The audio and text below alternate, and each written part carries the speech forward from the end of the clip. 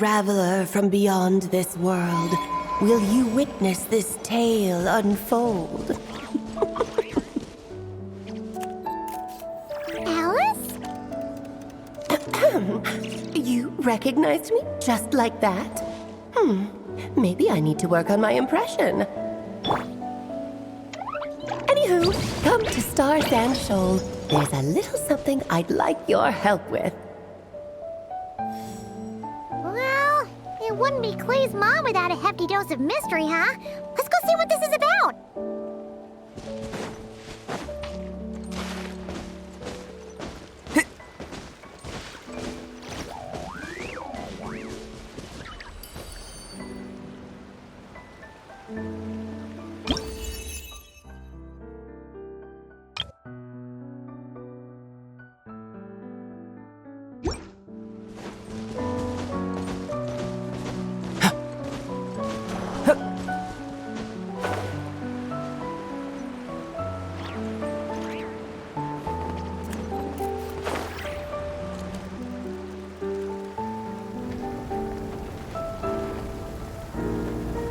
Oh, it's Durin!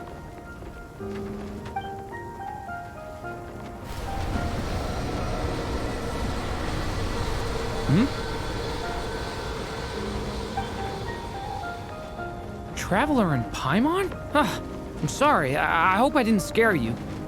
Oh, no, you didn't scare us. Just gave us a little surprise. Looks like you've gotten even more powerful now. I don't know. It just feels like it's gotten harder to control. I didn't mean to strike so hard. I'm so relieved you didn't get hurt. It's all good. We've had worse. No, don't worry about that. It's been very stable ever since I got this body. Albedo made sure of that. What you saw just now is something that only started happening recently. Maybe I'm still acclimating or something.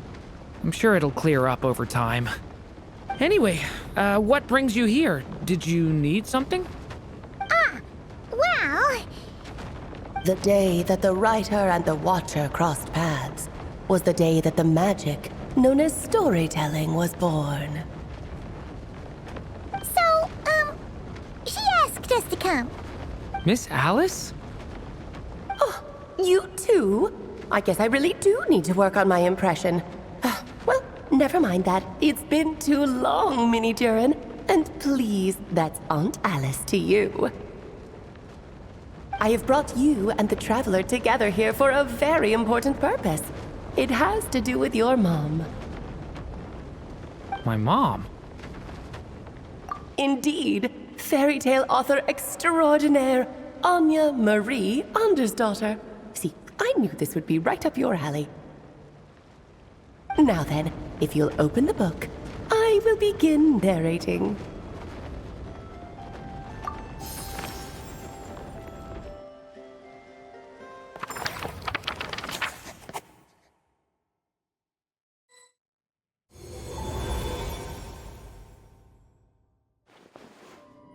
Whoa!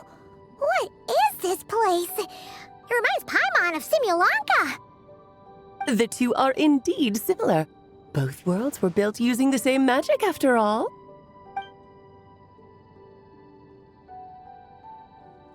Aha! So it is Alice! Hello, Aunt Alice?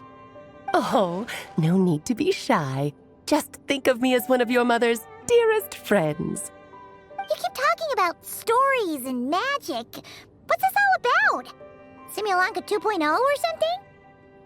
Certainly not. Simulanka was a peerless masterpiece. Without the original author, it would be impossible to create a sequel, even for me. But you are right about one thing. Just like last time, I want to show you a work of magic that has to do with storytelling. What's this? This is your mother's dying wish. My mother's dying wish was a book? Let me answer that with a question. What do you suppose would be a writer's greatest regret? Have you ever read a book called The Little Witch and the Undying Fire? Oh, well, you're missing out. It's a wonderful book. It began as a little game at our tea parties. Each of us took turns writing the next part of the story. I wrote the first volume, then the other mages took their turns. Em was tasked with writing the final volume and tying everything up. But by the time everyone had finished writing their parts, Em had passed away. Oh, it was a terrible shame. A true tragedy. And that is the answer to my question. A writer's greatest regret is to leave a story unfinished. But all is not lost. I couldn't stand the doom and gloom of it all, so I went ahead and wrote an ending myself on her behalf. Then what's this book? This is the answer your mother gave to the same question. In her eyes, this was her greatest regret.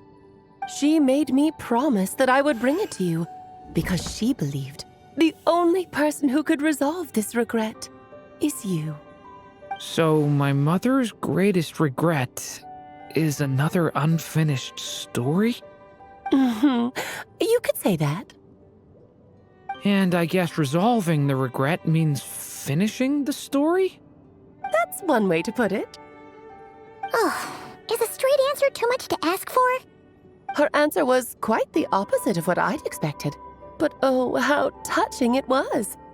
I'd love to tell you what she said, I really would. But that would spoil the plot, and we can't have that. Spoilers ruin everything. Oh.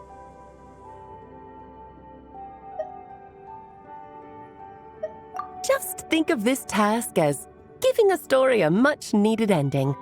All I ask is that you do your best. I understand. But I only just started learning human script, and I don't have any writing experience at all. Relax. Why else do you think your dear aunt went and found you two such wonderful helpers? With their experience, you'll have so many story ideas you won't know what to do with them. So don't be shy to ask lots of questions. Yeah. If it's to help Durin fulfill his mother's dying wish, then we're in. Aunt Alice, could I ask, what kind of story was my mother hoping to write? I had a feeling this might come up, but that answer isn't mine to give. You'll have to find it yourself, here inside this book. Don't worry. We'll help you come up with loads of ideas. Yeah, let's find a nice spot where we can settle in and read through this thing. We could even get some snacks, too. Oh, the actual process might not be quite the walk in the park you're imagining, Paimon. Why's that? Because when Em created this book, she borrowed my magic. In other words, it's not a book you can just pick up and read. It's a magical book. Its chapters are scattered through memories of the past. Gather them all, and the book will show you its secrets. So, where are we supposed to find these memories? Em left a trail of clues for each unfinished chapter. Follow the hints, and you'll find them. Oh, and when it comes to adding to the story yourselves, you'll need to use this. And this is... This, my dear little Paimon, is the ink Em left behind. Infused with a little of my own magic, of course. If you're planning on writing something inside the book, you'll need it. It's extremely precious, so be sure to use it sparingly. This is all that's left. So we need to search for the memories and keep an eye on how much ink we're using. Oh, it just had to be a wild goose chase, didn't it? Perhaps it's just another form of storytelling. Em was ever so creative when it came to things like that. Just think of it as a little challenge your mom left behind. Who knows? There could even be a mysterious prize at the end of it all.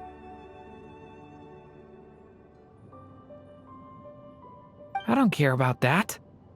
This was my mother's dying wish. Whatever it takes, I'll find a way. Yep. With the two of us by your side, you'll be just fine. Okie dokie. that should be pretty much all you need to know. Oh, and once the story's complete, do let me have a little look-see, okay? I've read everything she ever wrote, so naturally, I can't miss this one. Yeah! Most of the time, you're pretty hard to pin down. Don't worry, I'll know when you're finished.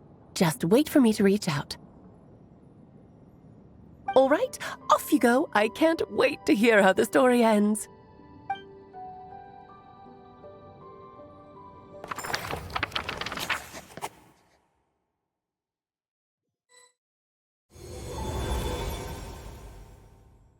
Oh, here we are again. Alice's magic really is incredible, huh? Right. Alice mentioned we should be on the lookout for clues. Huh?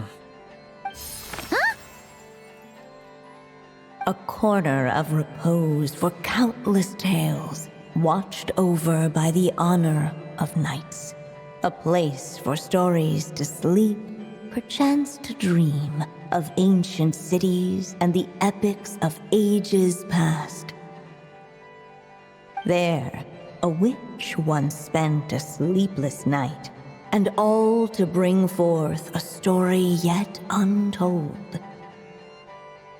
Find the place I speak of, for it is where the seeds of this story lie.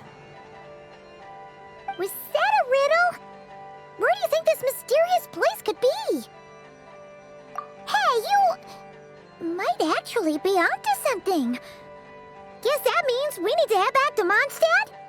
I had a feeling that's where we would be headed. After all, it's where my mother was from, and I bet it's where she wrote this story, too. Yeah, that makes sense. Still, I feel bad about dragging the two of you along on such a long journey. Don't worry about it. We don't really have much going on right now, so we're all yours. Come on, let's go!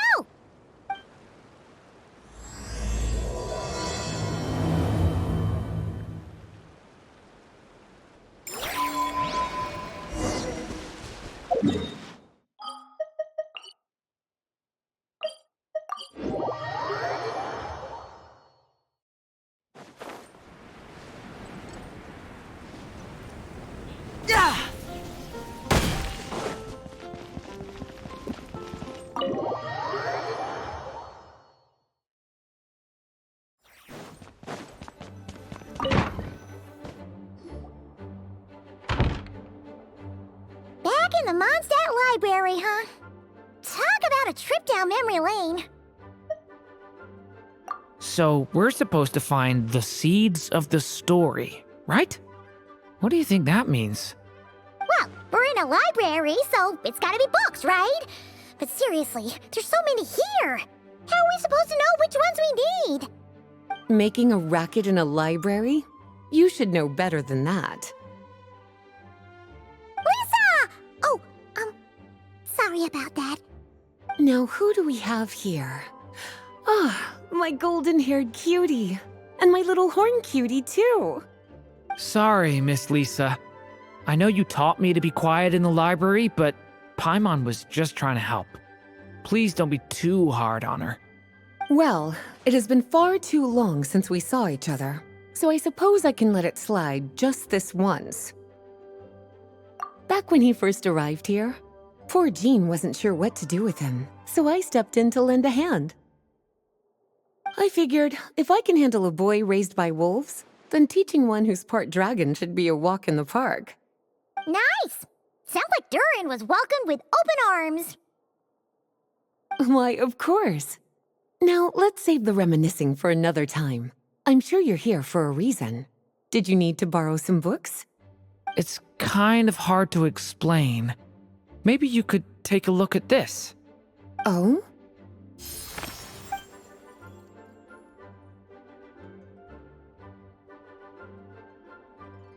Ah, I see. These so-called seeds of the story must be the books that inspired its creation. That's just how it is with stories. They grow out of the tales that came before them. And that mage, I can almost picture her here, hundreds of years ago, scribbling away at one of these very desks. But we don't know anything about this story. How are we supposed to figure out which books inspired it? As it happens, just before I found you here, I was looking into something rather peculiar. One of the knights reported seeing some books that weren't listed anywhere in our catalog. Stranger still, just as he went to reach out for them, the books vanished into thin air. And then a while later, while he was browsing through other shelves, there they were again. Seriously? That particular knight knows this library inside and out. I'd be very surprised if he was seeing things. Something tells me these might just be the magical books you're after. According to the report, there are 3 of these books in total. I'll be relying on you to track them down, cuties.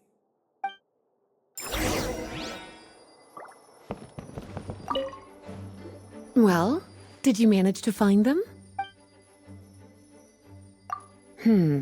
Seems like there's still some missing. Why don't you try checking the other shelves?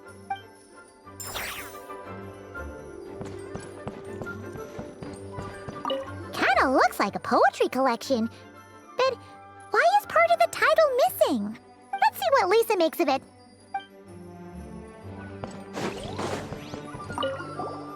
Second strongest spell in existence. Do not show Klee. Wait, there's actually a book like that right here in the Mondstadt library? That title's just gonna make people even more curious. Huh. There's definitely something fishy about this one. Let's hang on to this one for now. Could be one of the ones we're looking for. It's one of M's, after all. An experiment log? Looks like part of the title's been erased. There's something seriously suspicious about this book.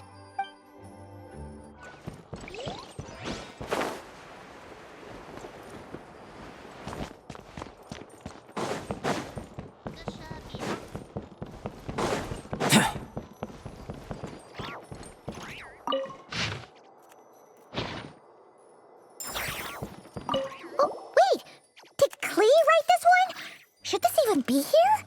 We better show it to Lisa.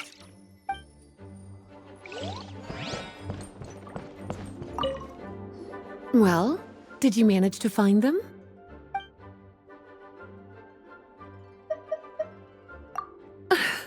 Well, it definitely shouldn't be here, but I'd highly doubt it's one of the books you're looking for. Because this is something Klee wrote. It's a compilation of all the best fish blasting spots around Mondstadt, as well as the most convenient places to stash her new jumpy dumpties.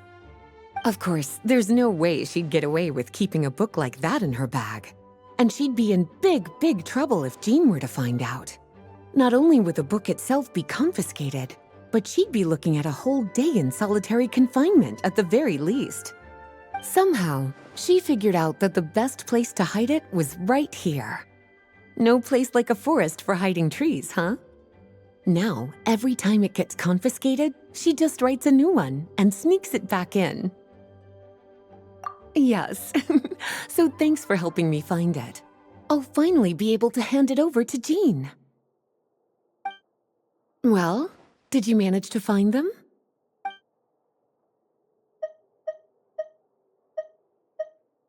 Truly extraordinary. And certainly not the kind of thing that should be just lying around. In fact, Miss Alice gave strict instructions about it. So, it's some kind of book of spells? Paimon's guessing magic this powerful should be kept a secret. It's true. This book does contain one of Miss Alice's spells. But honestly, virtually no one could actually pull it off, even if they tried. The only reason it's even meant to be in the restricted section is because we can't let Klee get her hands on it. After Klee was born, Miss Alice advised us to seal it away. She even added that little subtitle herself. So, it's to keep it away from Klee, huh? Does that mean she could use it to cause even more mayhem than she already does with Jumpy Dumpty? No, that's not it. As Miss Alice herself put it, letting Klee see it too early would spoil the surprise. Well, did you manage to find them?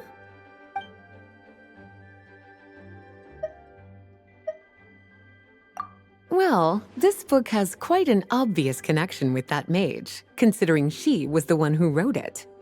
But as one of the library's classics, its presence here is hardly unusual. It really is a must-read, so if you haven't read it yet, that's your homework, cutie.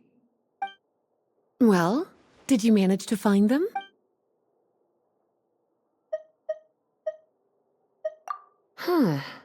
This book definitely doesn't belong here. Yeah, we can tell just from reading the title. Albedo was the one who brought it in. He suggested I place it on the restricted list and keep it sealed away. Why? He said it's full of forbidden alchemical formulas, some of which could even result in the creation of dangerous monsters. Apparently, the danger it posed was so great, he didn't even feel like it was safe to carry around or keep it in his workshop. Really? Definitely sounds like it shouldn't be here then. Still, if that mage read this book too, it must have been written a lot earlier than I'd imagined. Well, did you... Yes, this is a restricted book, all right. It certainly isn't supposed to be here. Huh. But it looks like a regular poetry collection. How did it end up being classified as a restricted book? The issue lies with one of the poems inside. You've heard of the great battle that took place on Dragonspine, yes? 500 years ago, during the cataclysm in Conria, an evil dragon descended upon Mondstadt. A fierce battle with Dvalin ensued, but in the end, the evil dragon fell, and Dragonspine became its resting place. You're talking about Durin. The Durin of Dragonspine. Well, the poem in question turns the whole battle into a dance, with the evil dragon recast as an innocent child who came here in search of friends. But given all the suffering experienced at the claws of that dragon, how could the people of Mondstadt accept such a retelling? Bards are often accused of inventing history or distorting the truth in their ballads. But this one hit a bit too close to home. And since the knights back then were unable to track down the author, they decided to ban the entire collection, blot out the title, and seal it away for good. So the version in the poem, it was all a lie? I'm afraid that question is something only the dragon himself could answer. Well, would you look at that? Seems like these are the little troublemakers you're after. And all three just so happen to be forbidden texts. What kind of story requires reference material like that, I wonder? Forbidden texts? You know, the first time you mentioned that the library had a restricted section, Hyman thought you were just trying to scare us. Are you saying it actually exists? Not really something you should be poking your little nose into, is it, cutie? Sorry. Seeing as it was Miss Alice who asked you to look for these books, I won't question the matter. But they'll need to be sealed away again once you're done, so don't forget to return them. Don't worry, Miss Lisa. I won't forget. Well then, that's all from me. After all that hard work, I think I've earned myself a nice cup of tea. All right, we've gathered all the reference books. What's next?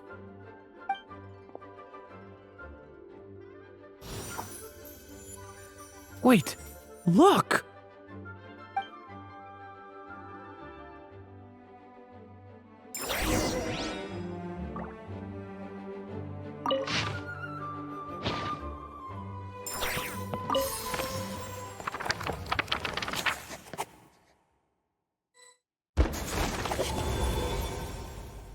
Long, long ago, an evil dragon descended upon the human world, bringing terrible calamity in its wake. Bravely did the people resist, until at last, the dragon lay slain. Later, a witch with a love for stories came upon the tale of the evil dragon, and for reasons she could not explain, felt a pang of sorrow on its behalf. For she knew, despite its body being born of wicked alchemy, all along, the dragon's soul was that of an innocent child. Right up to the moment of its death, it had no choice in becoming a vessel of calamity, nor could it fathom the cruel fate that lay before it. Though the witch had a love of stories, she was not pleased with how this one ended. No, that won't do, she thought. I'll write you a better ending instead. And so she set off to do just that, borrowing a little magic from her friend. With it, she wove a dragon's egg, resolving to rear a dragon child of her own. Yet long in thought she lingered, wondering what kind of world her little dragon ought to behold upon waking.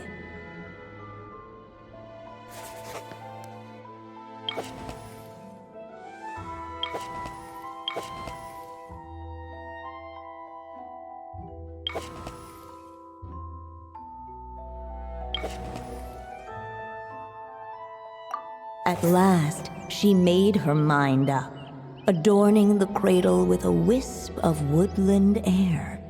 Then she quietly waited for the egg to hatch.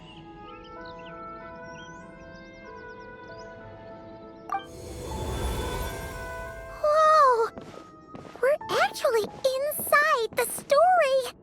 This must be Aunt Alice's magic. Yeah. A story about me? Why don't we just see where the story takes us? All we know is the beginning at this point. Okay.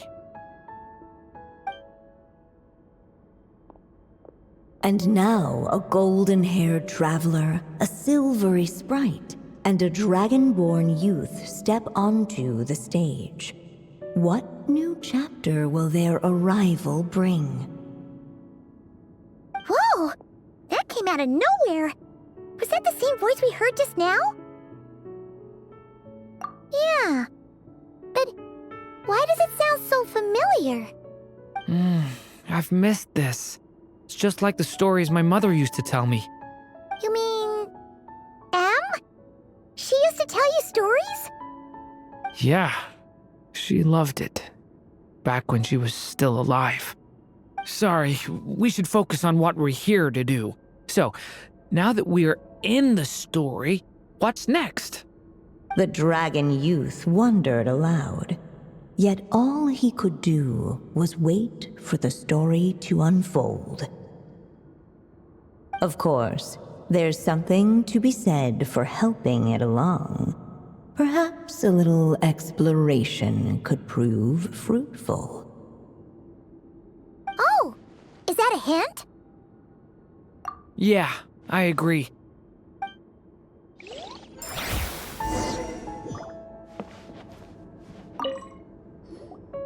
This Dodoko doll is meant to be the witch in the story, right? Wait a second. All the people we've seen that look like that turned out to be mages from the Hexen Circle. Do you think the witch in this story is one of them too? My mother had a hat just like this. Then, the witch must be Em. Looks like this story really is about Durin, huh? Whether the sprite spoke true or not, it had little bearing on the story at hand. For in that moment, what mattered most was not that she was a witch, but a mother waiting for her child to hatch. Let's keep looking.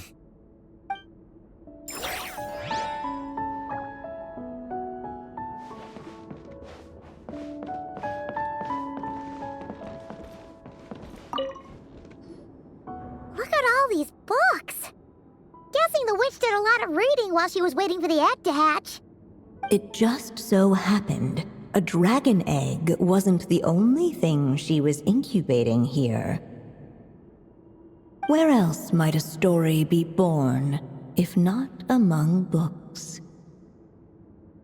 Oh!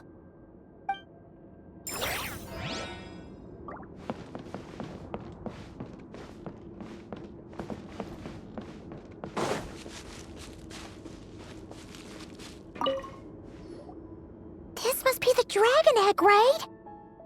Looks like it's gonna hatch any moment now. So we've got a dragon egg about to hatch, a witch who loves stories, and that evil dragon we heard about at the beginning. Yep, it all adds up. This is my story, isn't it? Okay, so how are we supposed to help the story along? It feels like all we can do right now is wait. Apparently, it hadn't dawned on the group to look for a way to help the egg hatch faster. Oh, right! We're at the point in the story where we're waiting for the baby dragon to hatch, so that has to happen before the story can continue. With the flames at his command, perhaps the dragon youth might be able to provide the egg with sufficient warmth. What? You want us to roast the dragon egg? The silvery sprite's surprise betrayed her lack of reading. For in countless tales it is told that only by fire's embrace will a dragon's egg hatch swiftly. Huh, you kinda have a point there. Okay, I'll see what I can do.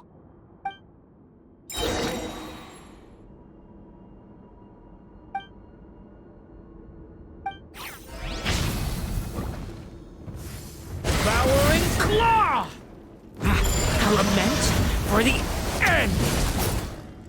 Clearly, both the golden-haired traveler and the dragon youth were eagerly awaiting the little dragon's birth, though perhaps their longing burned a little too brightly.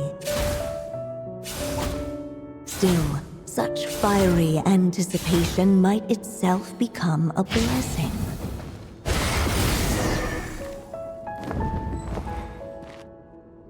At last, under the witch's expectant gaze, the little dragon broke free from its shell. No living being has ever decided the moment of its birth. You were no exception, my child. I brought you into being because I willed it so, just like the witch who created that evil dragon. But I promise you this. Your birth was wanted. You are loved, and you will have a different fate than the dragon that came before you. You've never told me those things before, but for some reason, I always knew. Thank you for bringing me into this world.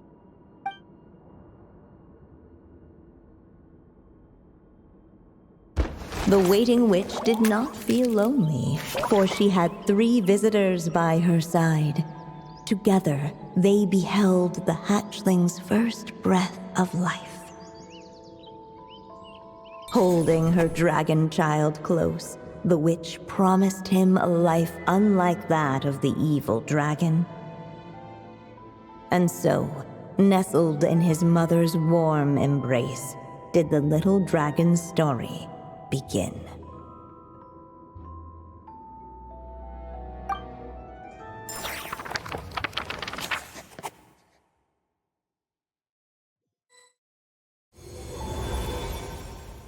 Wait, isn't this Mondstadt? Looks like we're back in the real world. Looks like there's more written on the page now and less ink left than before. So, does that mean we've completed this chapter? Yeah, but why does M seem to think that the story isn't finished yet? Durin broke free from the curse, came into this world with a new body, and even made a bunch of new friends. That already sounds like a happy ending to Paimon.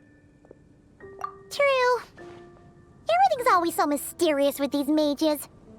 Guess all we can do is wait for more clues.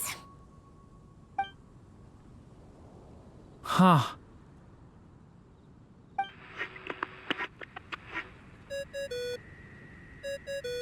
Is this thing on? All right, that should do it. Hey! That's Alice's voice! Hello there, children. If you're hearing this, you've stumbled upon the little recording I left for you. I thought you could use a few hints about how the book works. By now, I'm guessing you've already begun to leave your mark on the story. You should know, however, that the book needs time to absorb the ink, so the next chapter's clues won't show up right away. Wait, so even magic ink needs time to dry? The good news is, you can return to any chapter you've already completed and continue to explore the mystical, magical storybook world you helped create.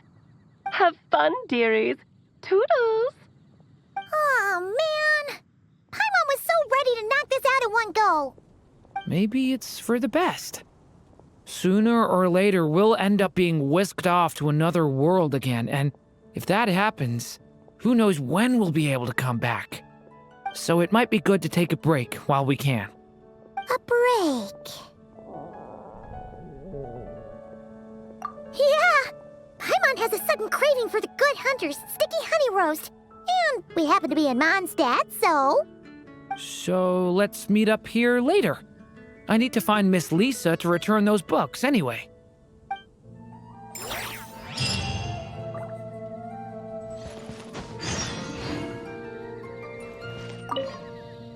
Aunt Alice said we can return to the story world at any time. If you feel like checking it out again, just come find me.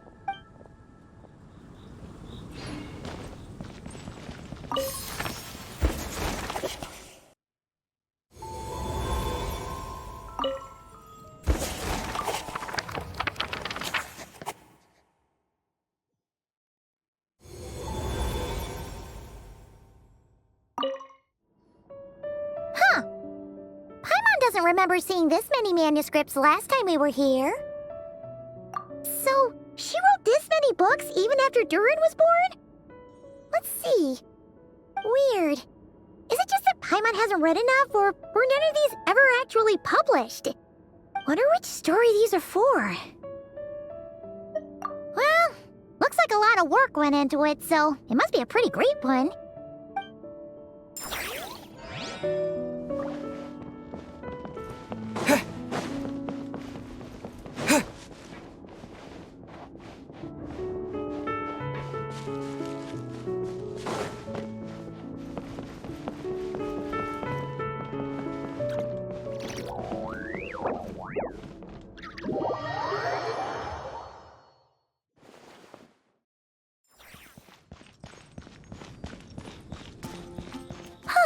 Paimon's feeling totally recharged after such a long rest. Let's go find Durin and see if that book has any new clues.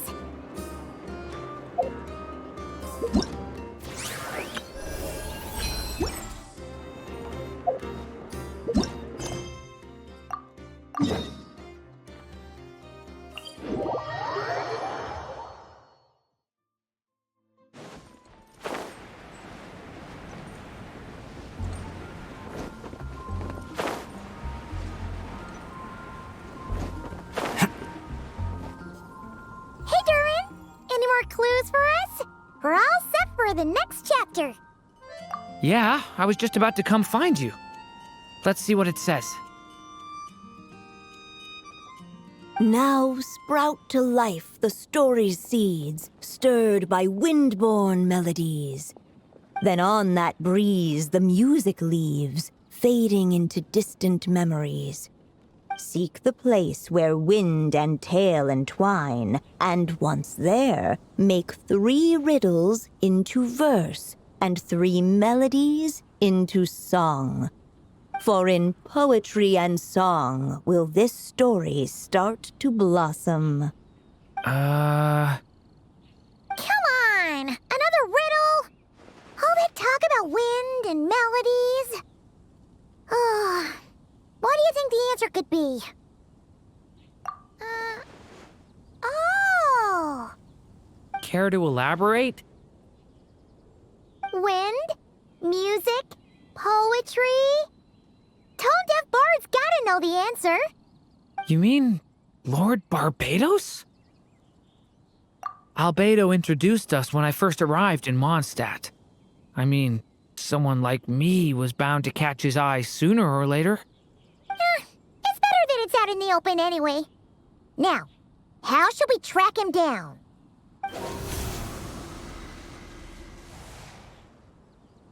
I'm pretty sure he's already caught wind of what's going on here.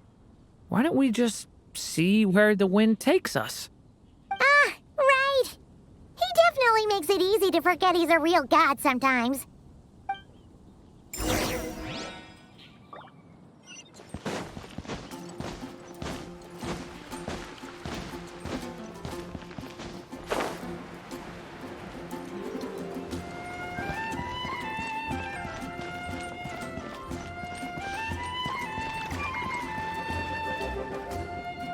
Traveler, Paimon! What a sight for sore eyes!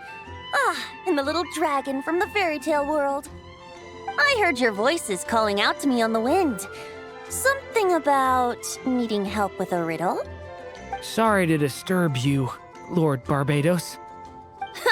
Disturb me? Not at all! To tell you the truth, I'm just as curious about this riddle as you are. Let me take a look.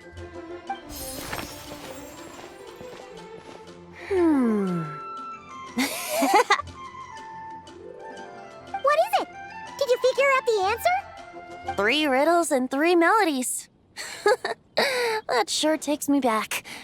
The answer you seek lies hidden in memory. Looks like running to Tone Deaf Bard was the right call after all. Long ago, those mages came to Mondstadt, seeking to test their strength against mine. But I replied, let us make music, not war, and resolve our conflicts through song. So I strummed my lyre and sang them this verse. O wind, welcome now, my guests. Pass through verdant leaves unseen, where shape your formless self may take, and offer up a graceful scene, a fleeting gift for welcome's sake. Leap at the edge of a sea of clouds, where land meets sky and sky meets ground. There frighten off the noisy crowds and bring my guests a calm profound. Fly beneath the stars up high, where mortal noise is swept aside, that my dear guests with starry eyes may share the dreams they hold inside. Now go to where I vowed to keep a quiet spot for them to sleep. No clash, no contest bars the way, just tea and mirth to fill the day. There you have it, the 3 melodies. As for the answers to those 3 riddles, I trust you can guess them by now. The woods, the edge of a cliff, and the sky? Correct! Funnily enough, your mother was also the first to solve it, all that time ago. There must be some kind of special rapport between those who write stories and those who sing them. The woods, a cliff, and the sky. Oh! So that's where it is! I suppose the spot that answer points to is where you're headed next. You should know, after solving my riddle, the mages even accepted my proposal and made that location their official meeting spot. And going by what your book is suggesting, once you found it, you might want to try playing the melody I just shared with you. Guess you can be pretty reliable when it counts, huh? Great animal Archon? Thanks for the help, Lord Barbados. Still got questions for me, huh? Yeah, you must have read countless tales in your time, being a wandering bard and all. In your experience, why might an author consider a story unfinished? Unfinished? Well, I guess if there's something left to accomplish in the story, or, if the last line goes, to be continued. Huh? Wow, your helpfulness lasted for like 1 second. In all seriousness, I would think the answer to that question lies in your mother's story itself. It's not my place to pry any further. All right then, we should get going.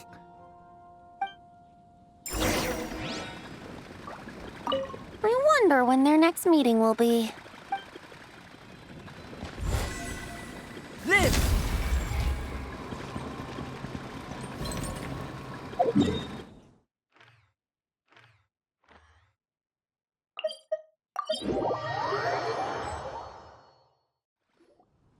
Okay, we're here! Now, we just need to play the 3 melodies, and we should be able to gather the memories for the next chapter, right? A musical performance? Out of all the things Miss Lisa has taught me, that's the one I'm worst at.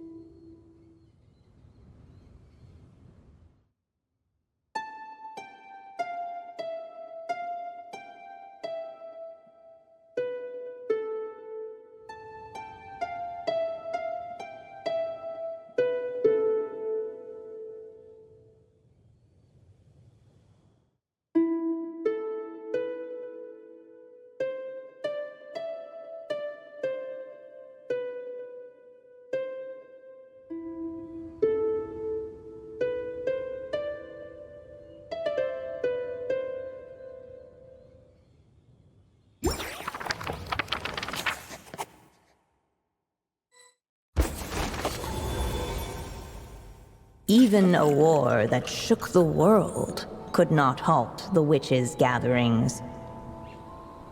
Yet even so, with the passing of time, 3 of their teacups no longer came to be set.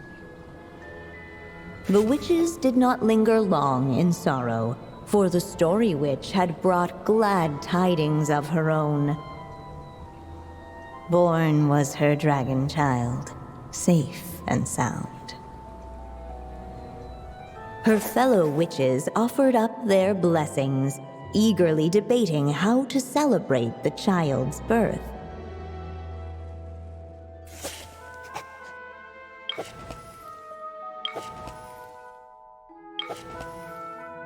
In the end, they settled on the sweetest candy they could find. After all, what could be sweeter than the arrival of new life? And so, the witches' gathering turned into a birthday celebration.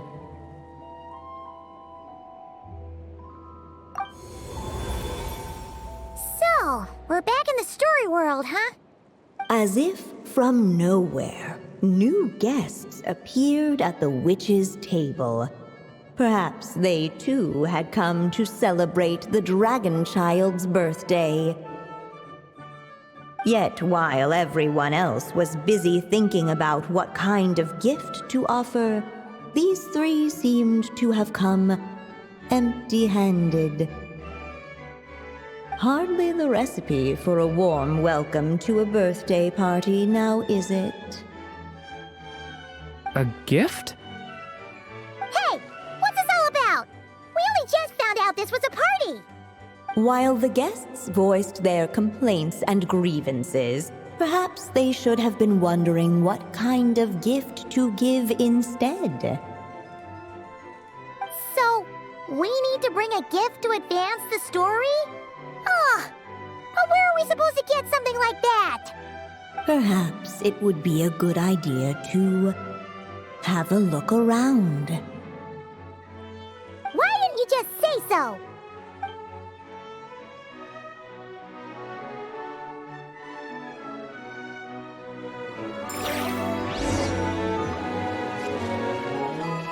The witches went on chatting away, ignoring the empty-handed guests.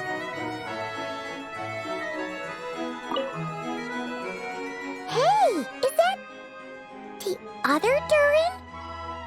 Hey, Mini Durin! Nope, no reaction. Seriously, did he doze off at his own birthday party?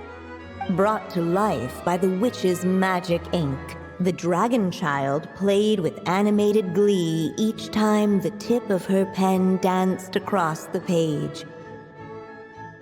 Yet she could not spend all her time writing. For the upcoming witches' gathering, she had no choice but to set down her pen. But before doing so, she wrote one last line. So did the child drift off into blissful slumber. Well, that's a bit convenient. Strange. I don't remember ever being at any of the mages' gatherings. When exactly was this birthday party supposed to have happened? No wonder you don't remember. From the looks of it, you were probably fast asleep at the time.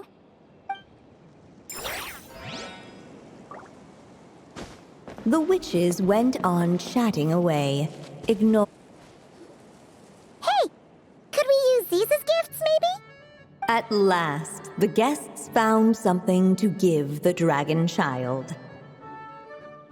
Guess that's a yes then. Which one should we go for? Still, the guests wondered what kind of gift might the little dragon really want.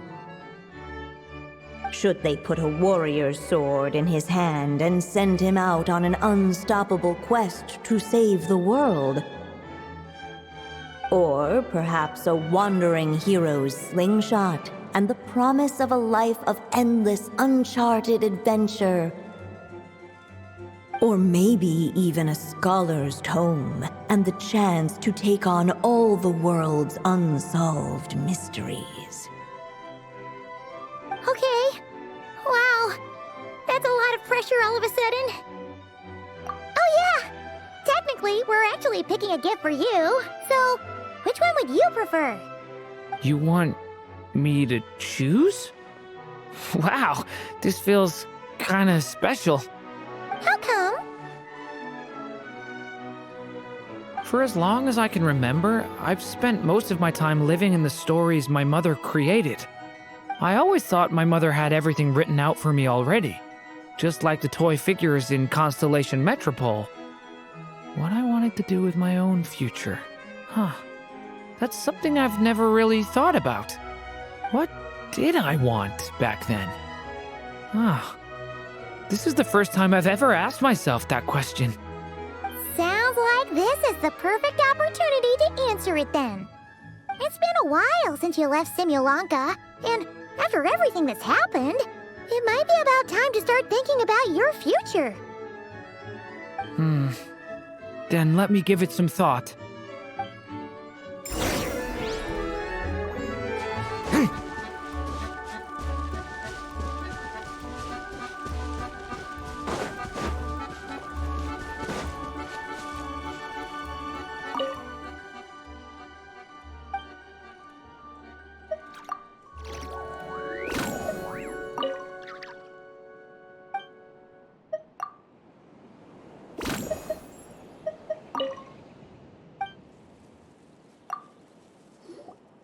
In the end, the guests settled on the scholar's tome. So you're the scholarly type, huh? I just feel like I should learn more about the way the world works. What makes you say that? I'll give you an example. Did you know that in Mondstadt, using fire to catch fish is a punishable offense? I thought she was just teaching me regular hunting techniques. It was only after Master Jean caught me and sent me to solitary confinement that I realized I'd misread the situation. So much of what's considered common knowledge in your world just wasn't in Simulanka. So I have to learn, or I'll keep causing trouble for everyone else. Paimon's not sure that counts as common knowledge.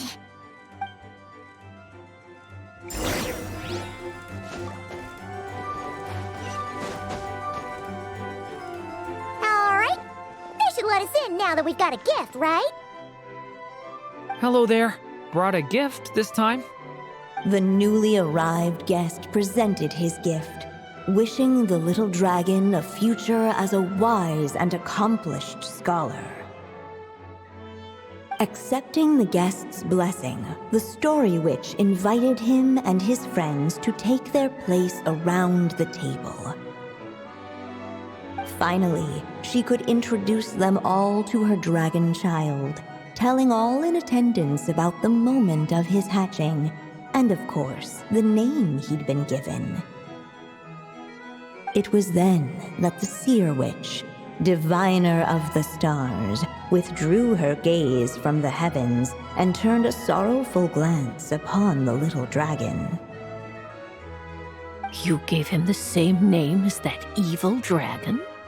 That's right. But the life I intend for him shall be very different. What folly, to love so blindly. For as you must know, a name is the mirror of destiny itself.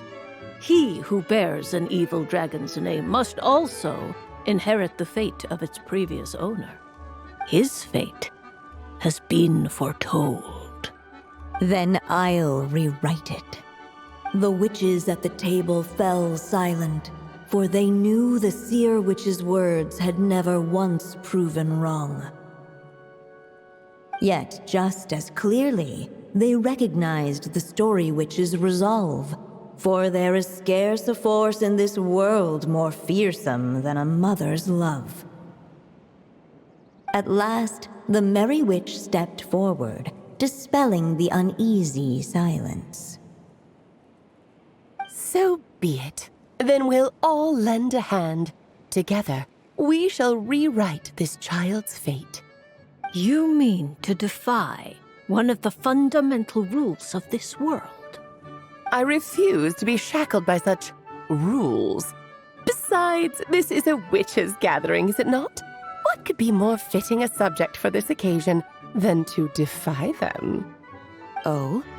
Sounds like an interesting experiment. I suppose, were we to succeed in this endeavor, we might bring a touch of wonder to this otherwise dreary sky of stars. The Merry Witch finally talked them all round, just like she had done many times before.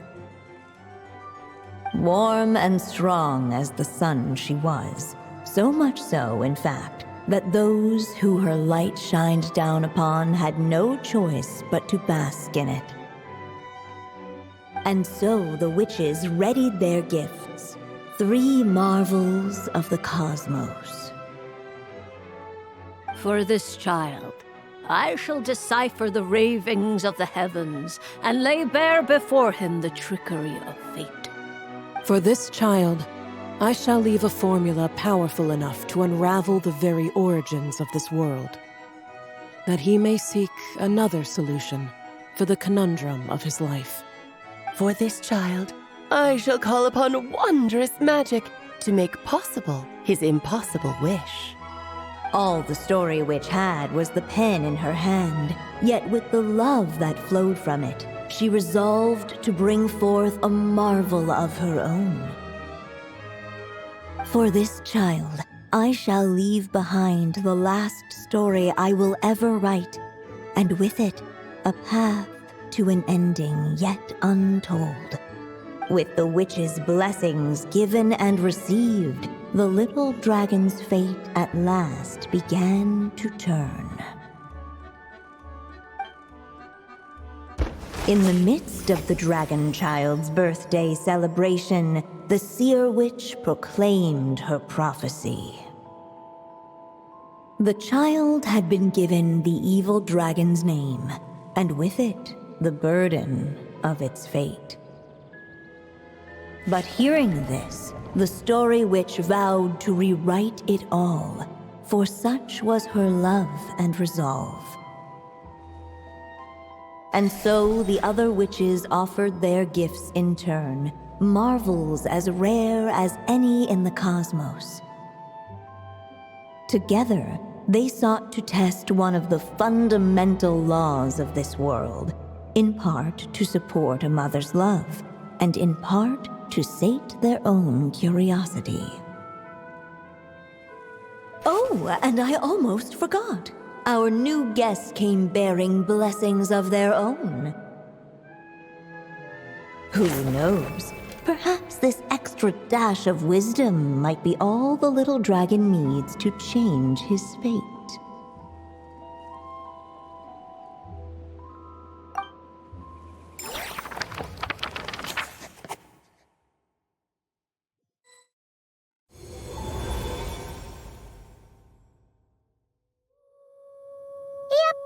Looks like we've completed this chapter, too. Those witches in the story were the mages of the Hexen Circle, right? They sure seem to care a lot about you, Durin. But, Paimon kinda had trouble following their conversation. Just a bunch of mystery, as usual. The evil dragon's fate. Oh, is that what you're worried about? But didn't we already take care of that? Ah, the mages must have had a hand in that, too. Also, I was just thinking, which part of the story are we even meant to be completing? Oh, it feels less like we're filling in the gaps and more like we're adding something new altogether. But we use the ink, right? And the book hasn't given us any more clues, so that must mean our task is complete. At least for now. Yeah, I guess we're doing something right. Maybe I'm overthinking things. It's just, this is my mother's final wish, so I don't want to mess it up. Anyway, thanks for all your help. I'll let you know as soon as the book reveals a hint about the next chapter. Okay then. See you in the next chapter.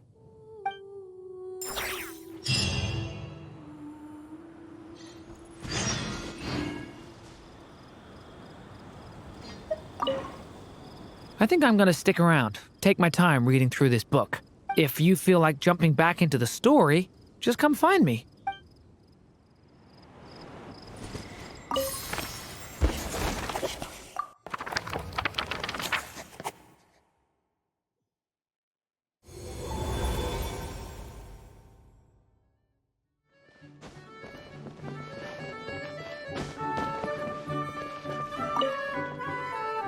As of late, the tricksy witch has nearly the entirety of the snowy lands in her grasp.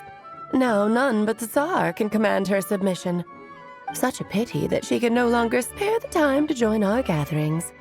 Tell me, does the Wander Witch still roam among the stars? Who can say how long we'll have to wait for her return? I had hoped sharing all the fun little stories from our gatherings might entice her to remain. Then how about the Memory Witch? Does she still walk the mortal realm? Yes, she has that secret mission of hers to accomplish, so she couldn't make it to our gathering. But she doesn't seem to regret her choice, so naturally, it's not my place to pry. As rare a chance to gather as this, and yet almost half of us are absent. Cheer up. At least you came with good tidings. I suppose I'm just feeling a little sentimental. After all, there will come a day when I, too, am among those absent at these gatherings.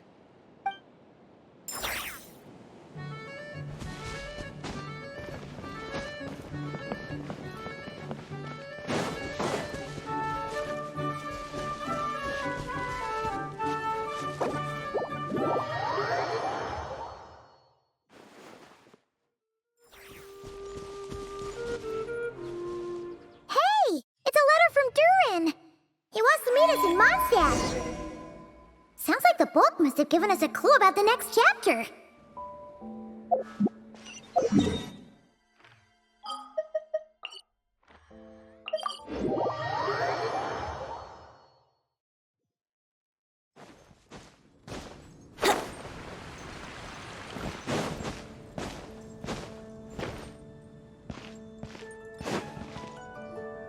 Some say the god of fate calls the outcome of every dice roll before it's even made.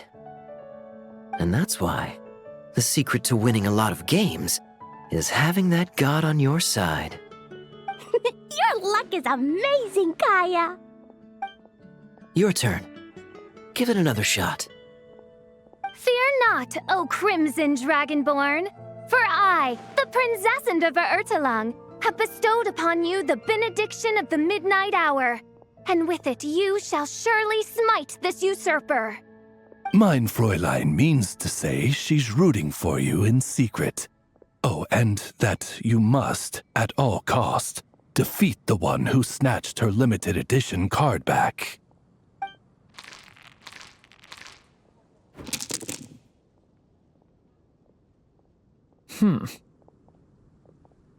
I'm not too sure if that counts as good luck or bad. Tis not but the perfidious machinations of fate. Hey, everyone! Mr. Honorary Knight and Paimon! You're back! It's good to see you, Honorary Knight. Mein Fräulein is quite invested in the outcome of this match, so please, allow me to extend greetings on her behalf. Of course. But if you're all playing cards, how come you're not over at the Cat's Tail? There's something about our horned friend over there that seems to frighten off little animals. Could be because he used to be a dragon.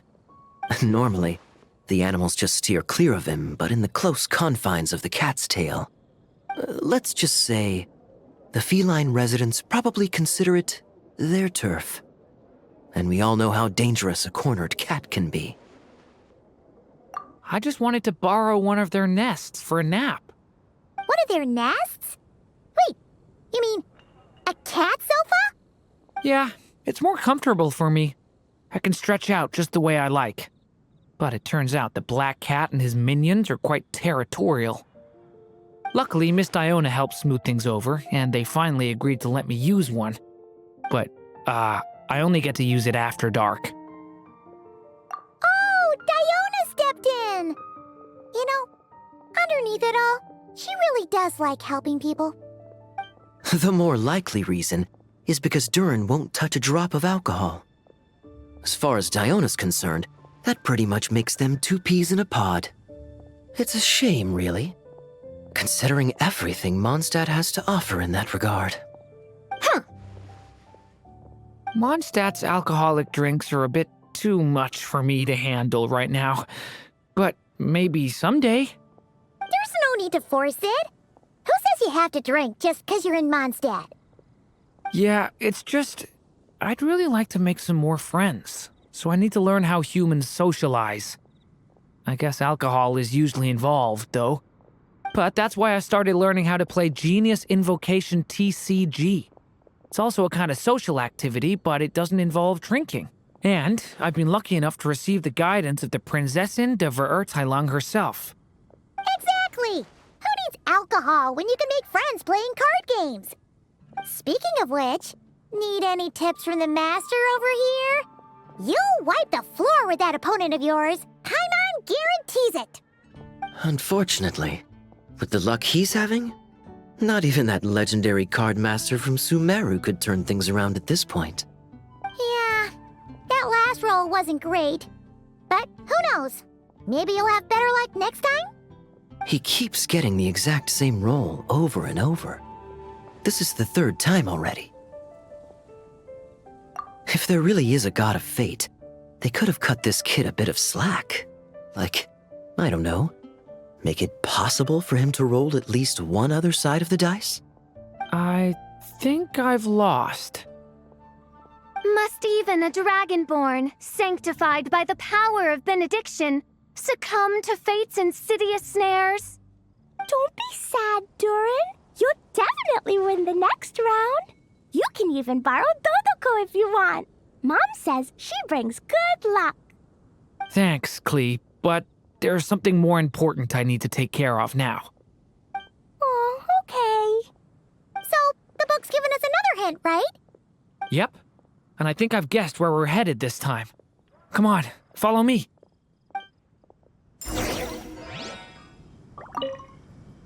Mr. Honorary Knight and Durin, are you heading off in a big adventure? But Master Jean said I can't leave the city today. Promise me you'll tell me all about it when you get back, okay?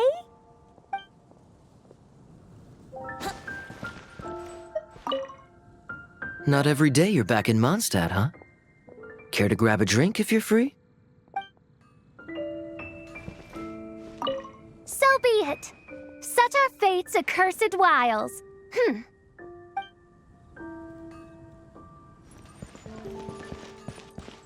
take a look.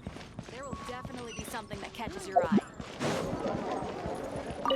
Ugh, where's that stench of booze coming from? Oh, it's gotta be him! Ugh!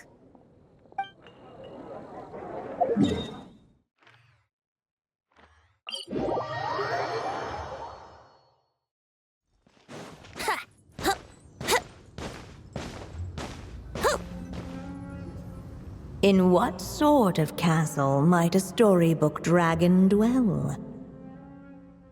The witch turned to a mighty dragon born upon the wind to seek her answer.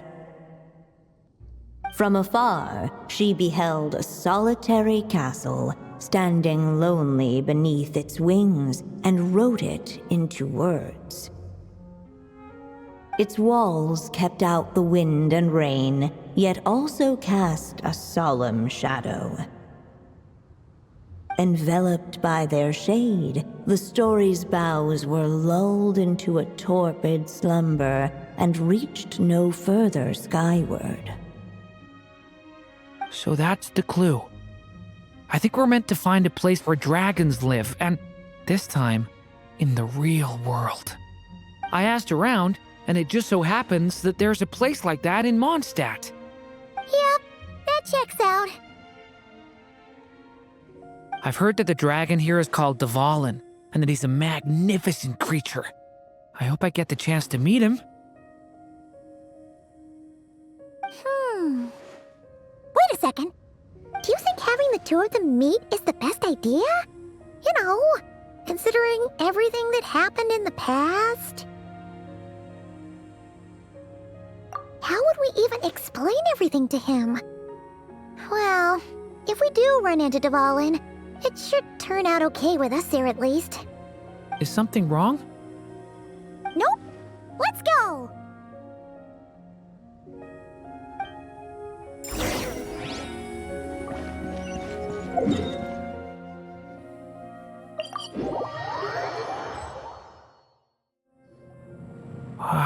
So, this is where Durin lives? Yeah, right into the middle of a raging storm. If you're afraid of getting blown away, Paimon, you can always hang onto my sleeve. This isn't Paimon's first rodeo. Come on, let's get going!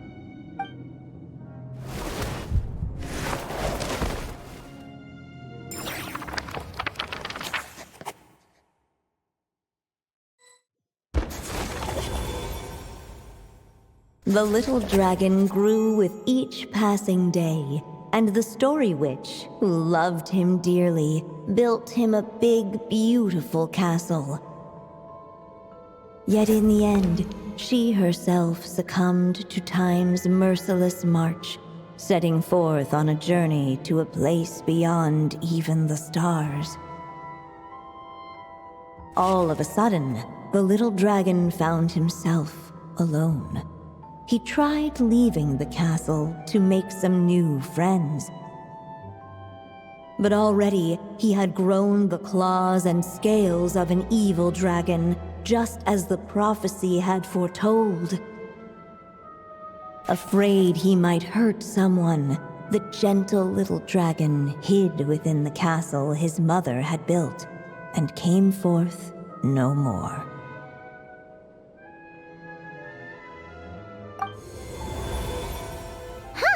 Looks like we're back in the story world.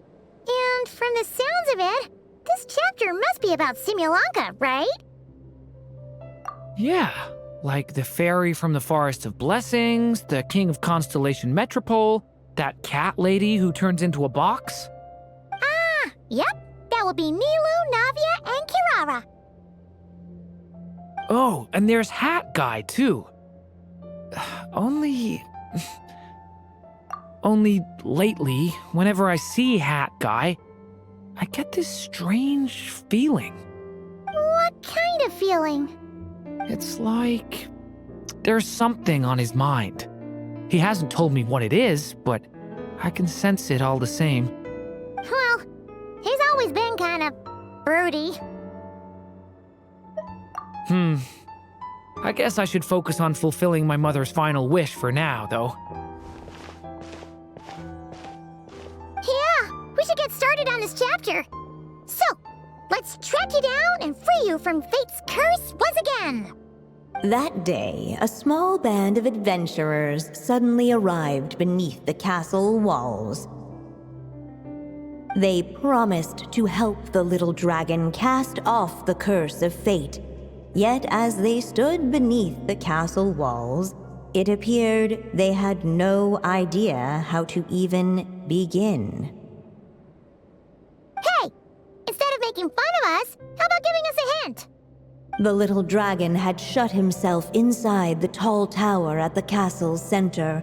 Anyone who wished to reach him must traverse the barriers that wall off his heart, for there is no other way.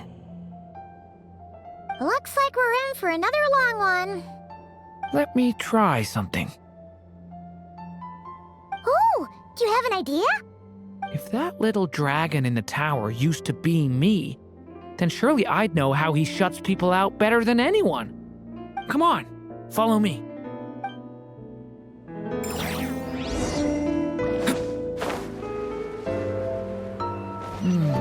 That telescope. I've seen magical tools like that before. It should come in handy.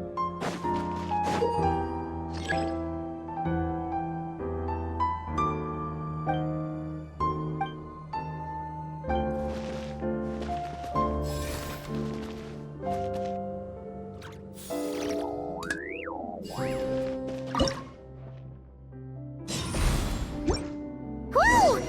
That block just got bigger! We can get past the obstacles ahead by using these blocks to jump upwards.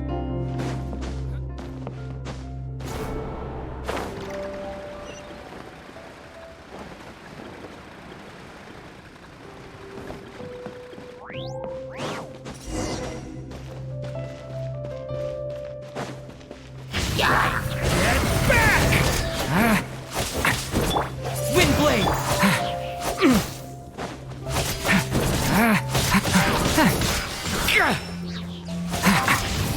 Get back! The abyss is burning! Shadow!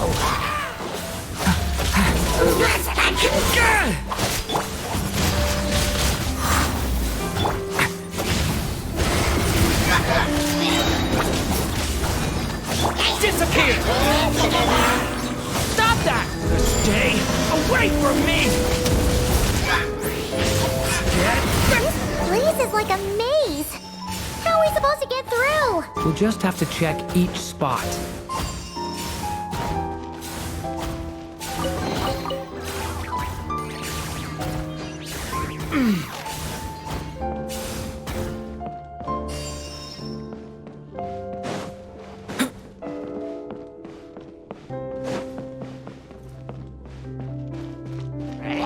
Devouring claw! A lament for the end!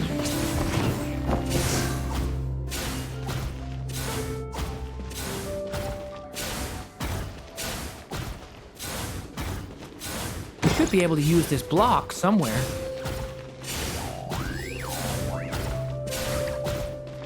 Looks like this telescope is missing some blocks. Oh. Let's try the one we just picked up.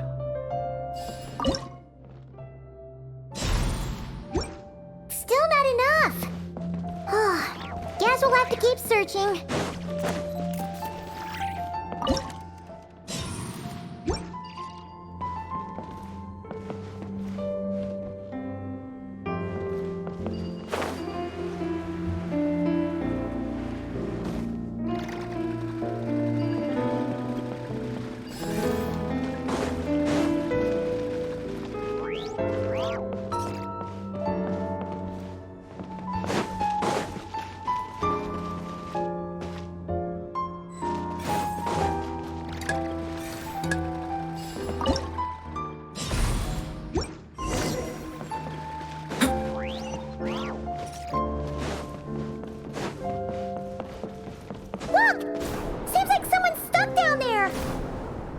Should they continue towards the tower, or plunge into the shadows to rescue those in need? A difficult dilemma indeed. The path to the tower is up ahead. We better stick with Durin.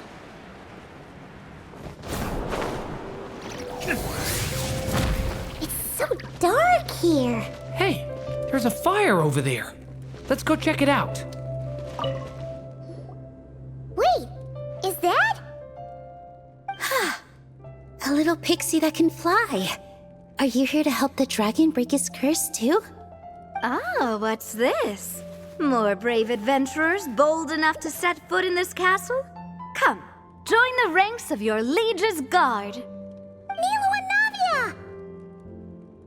Nilu? No.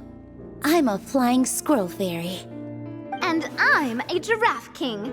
Not this Navia you speak of.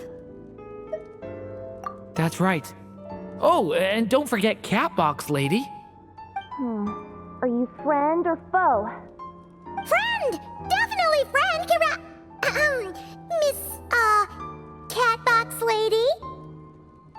Yeah, Simulankha is a big part of Durin's story. So, guess it's no surprise the people we were with there would make an appearance. Okay, I think I get it now. Flying Squirrel Fairy, Giraffe King, Catbox Lady, please follow me. The shadows cast from the high walls of the tower were manifestations of the dragon's loneliness, barring the path of any visitor who wished to be his friend. The group of brave creatures sought to aid the little dragon in lifting his curse, yet without light to lead the way, the group was trapped, waiting on a miracle. These shadows are blocking our path. It seems like the little dragon is afraid to meet us. If only we had more firelight. But you three don't seem to fear these shadows. Why?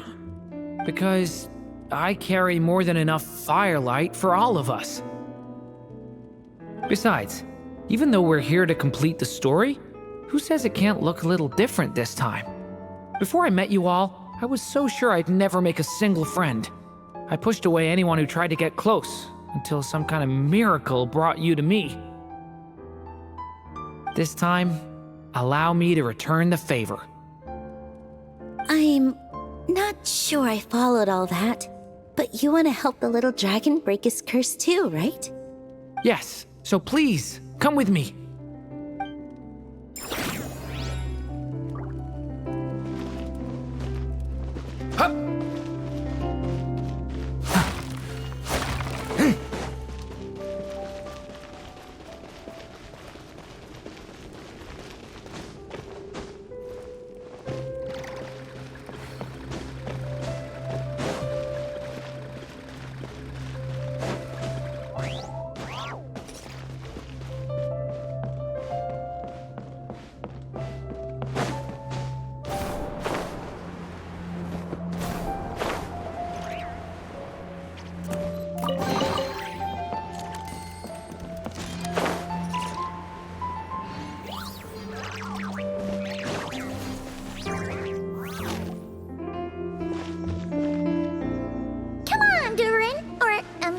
Story Dragon, just calm down!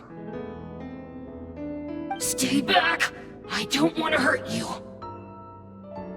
Loneliness and fear had built a cage around his heart, shutting out all who would look upon him. And thus, all the adventurers could see was his shadow. Don't worry, we can help you! Don't come any closer! And that was the last the little dragon spoke. Oh, how are we supposed to persuade him if he won't even talk to us? If you can still hear me, please listen to what I have to say. Your claws and scales aren't some kind of inescapable curse, you know? You'll overcome it one day and make lots of new friends. I'm sure you think I'm lying. After all, no matter how many times you've tried to break it, nothing's ever worked. But this time is different. I brought your friends here to see you. Oh, what did you say? Hi, little dragon. I'm the Flying Squirrel Fairy, and I'm here to help you lift your curse. Will you talk to me? And I'm the Giraffe King. Don't be afraid, little one. We're not afraid of you.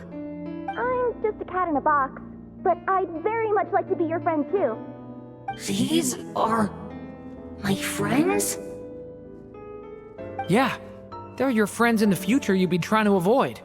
I can promise you that. They're reaching out, so you just have to ask yourself one question. Do you accept?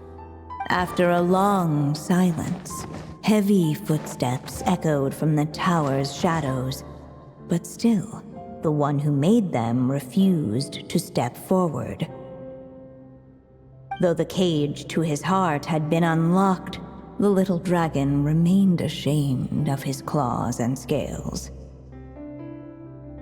How can I face my friends like this? Don't worry, little dragon. We're gonna offer up our blessings and make a wish to the goddess of fate to release you from your curse. Yeah, just like last time. Make a wish? To the goddess of fate? At that moment, the merry witch made her entrance. Hello, little one. Don't be afraid. With the blessings of your friends, your wish shall be granted. Alice? Wait, you're the Merry Witch from the story? Correct. It is I, the Merry Witch, creator goddess of this realm. And it just so happens the goddess of fate is none other than my dear friend, the Story Witch. I'm here to make good on my promise to lend her my second strongest spell. With this spell, she'll have the power to create an entire world. So naturally, granting your wish won't be a problem. Provided, of course, you receive your friend's blessings. But before we proceed, I must check something on her behalf. Little dragon, do you accept this blessing? I want to be your friend. So if you're offering, then yes, I would love to have your blessings. Were it not for the adventurer's blessings, this tale might have ended long ago. Thanks to them, another ending was now possible. Yet in that moment, they did not know if this blessing was truly a gift or just another trial in disguise. What? You didn't say a word when we actually needed a clue, but now at a critical moment like this, you turn up and start playing mind games? Another trial. Ha, that actually sounds about right. Be it the fictional problems of Simulanka or unavoidable conflicts in the real world, if you think about it, that's what they've been all along. But if it wasn't for those trials, I never would have met any of you. So, despite all that, I'd still like to give my blessings. That's the spirit! Come on, Durin! Let's help you make your wish come true again! On behalf of both my past and present selves, thank you, my friends. Fortunately, a brave band of adventurers heard tell of the little dragon's story. Determined to lift his curse, they fought their way through countless trials. To help him, they offered up their blessings and made a wish to the goddess of fate. At last, their wish was granted. Shaking off his scales, the little dragon stepped out of the tower's gloom. But his time in the world beyond the castle would soon teach him this gift would bring blessings and trials of its own. And as far as the little dragon was concerned, the tricks of fate had just begun.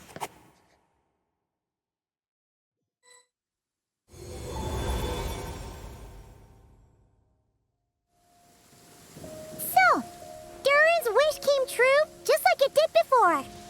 If this story was written by my mother, then surely that was the last chapter we just completed. Oh yeah! So, in other words, we finished it! Looks like that's a wrap on Alice's task, and there's even some ink to spare. Guess we'll have to wait for her to make contact, like she said. So, my mother's final story has finally come to a close. Sounds like you're a little sad to see it end. Back when I was still living in Simulanka, I was always under the illusion that my mother had never truly left. Every day I spent immersed in that world. It felt like she was right there by my side, still reading me bedtime stories. But now... Durin. That's right! And you've got so many other friends waiting for you back in Mondstadt. Yeah. Speaking of which, after all that flying around, Paimon's starting to feel hungry again. So, why don't we head back to Mondstadt? Perfect excuse for a big meal with the rest of the gang. Now that you've fulfilled your mom's final wish, a little celebration seems in order, right? It's just a pity we never got to see that big, beautiful dragon. You were really looking forward to meeting him, huh? He might not be here all the time, but Paimon's sure you'll get a chance at some point. All right, no worries. Anyway, since this feast is to celebrate me fulfilling my mother's final wish, I guess it should be my little treat. Pretty sure that's how humans do it, right? Nuh-uh. This one's on the Traveler and Paimon. Celebrating each other's achievements is what friends are for. Honestly, when it comes to who treats who, human rules are so complicated. See? He wants to be friends with you too. But the moment hasn't come. At least not yet. In any case, the story should have a better ending this time, don't you think?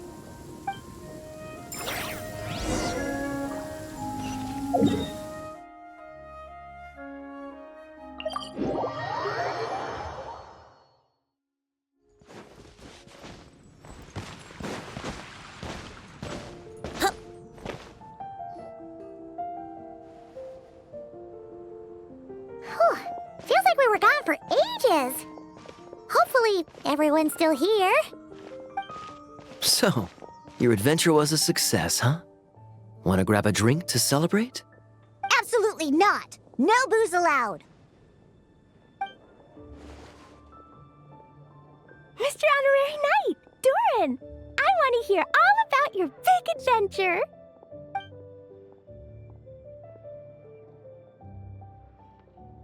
We're gonna order a big meal for everybody first. We'll talk while we eat. Yippee! Excuse me. Did I hear you call him Durin just now? But wasn't Durin the evil dragon that fell on Dragonspine? Come on, miss. This Durin isn't that evil dragon from Dragonspine. Albedo said... well, it was kind of confusing. But anyway, it's super cool. Oh, is this your first time meeting him, Marjorie? No wonder you're getting him confused. Still, even if you hadn't met him yet, shouldn't you have heard about him at the very least? At this point, pretty much the whole city has.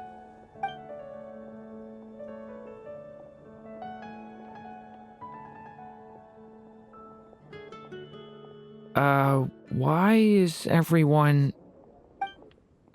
So, what exactly is his connection with the evil dragon? Wait, but those horns on his head...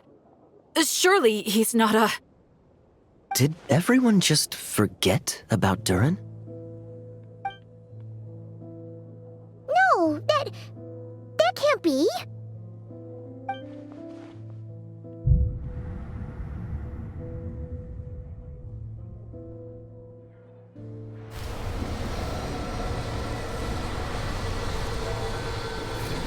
The tricks of fate had just begun.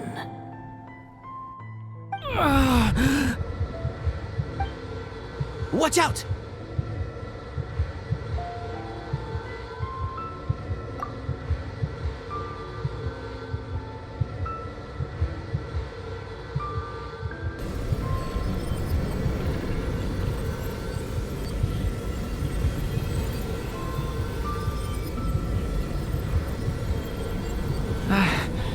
No one got hurt.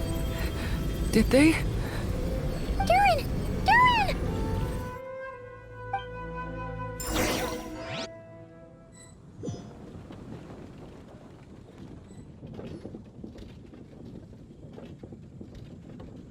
I just had Barbara check him over. He's not badly hurt, but he seems to have burned through a lot of energy fending off some kind of dangerous power. He'll need some time to rest before he wakes up. So, can someone explain what's going on here? It seems like, aside from Durin's close acquaintances, the people of Mondstadt have forgotten everything about him. How could that even happen? Worse still, the abyssal power within him is showing signs of extreme instability. Could be a separate issue, though. I'm not sure. If the abyssal power inside him spirals out of control, Mondstadt will be in grave danger. I completely agree. All right then. As acting Grand Master, I'll send a letter requesting Albedo's immediate return.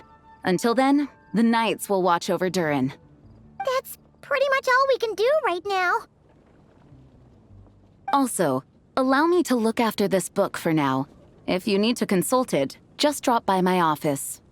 Do you think the book might have something to do with what's happening? It's just weird that Alice still hasn't contacted us. Maybe we should head back inside the book and take another look.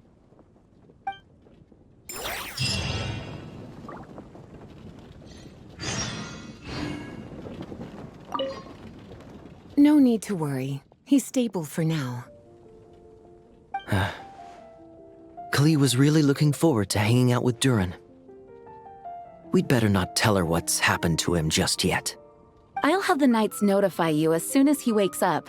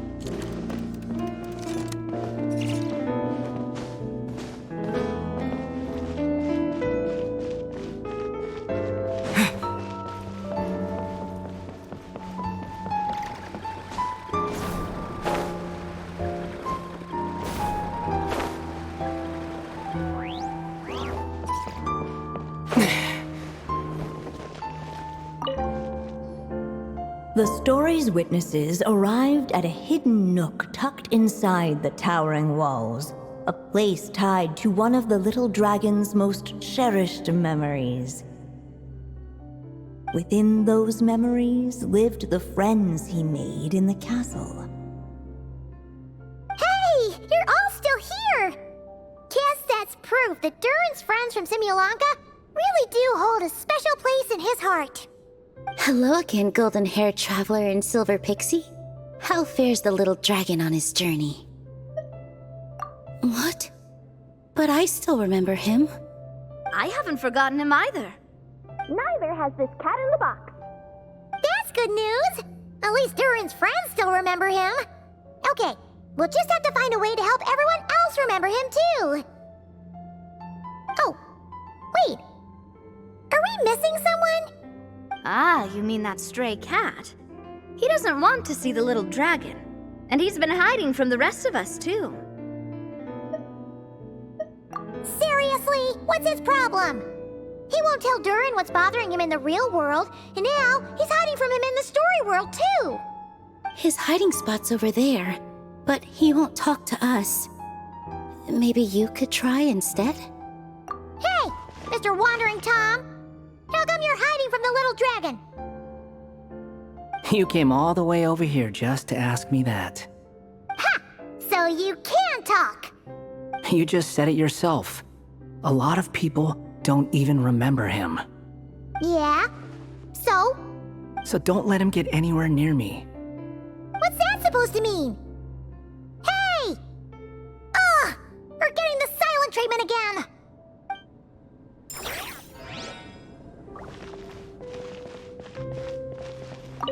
But how could everyone just forget him like that? Does he need another blessing? He was bound to face challenges in the world outside the castle. It would have been a pretty boring journey otherwise. If you ask me, the less eventful a journey, the better.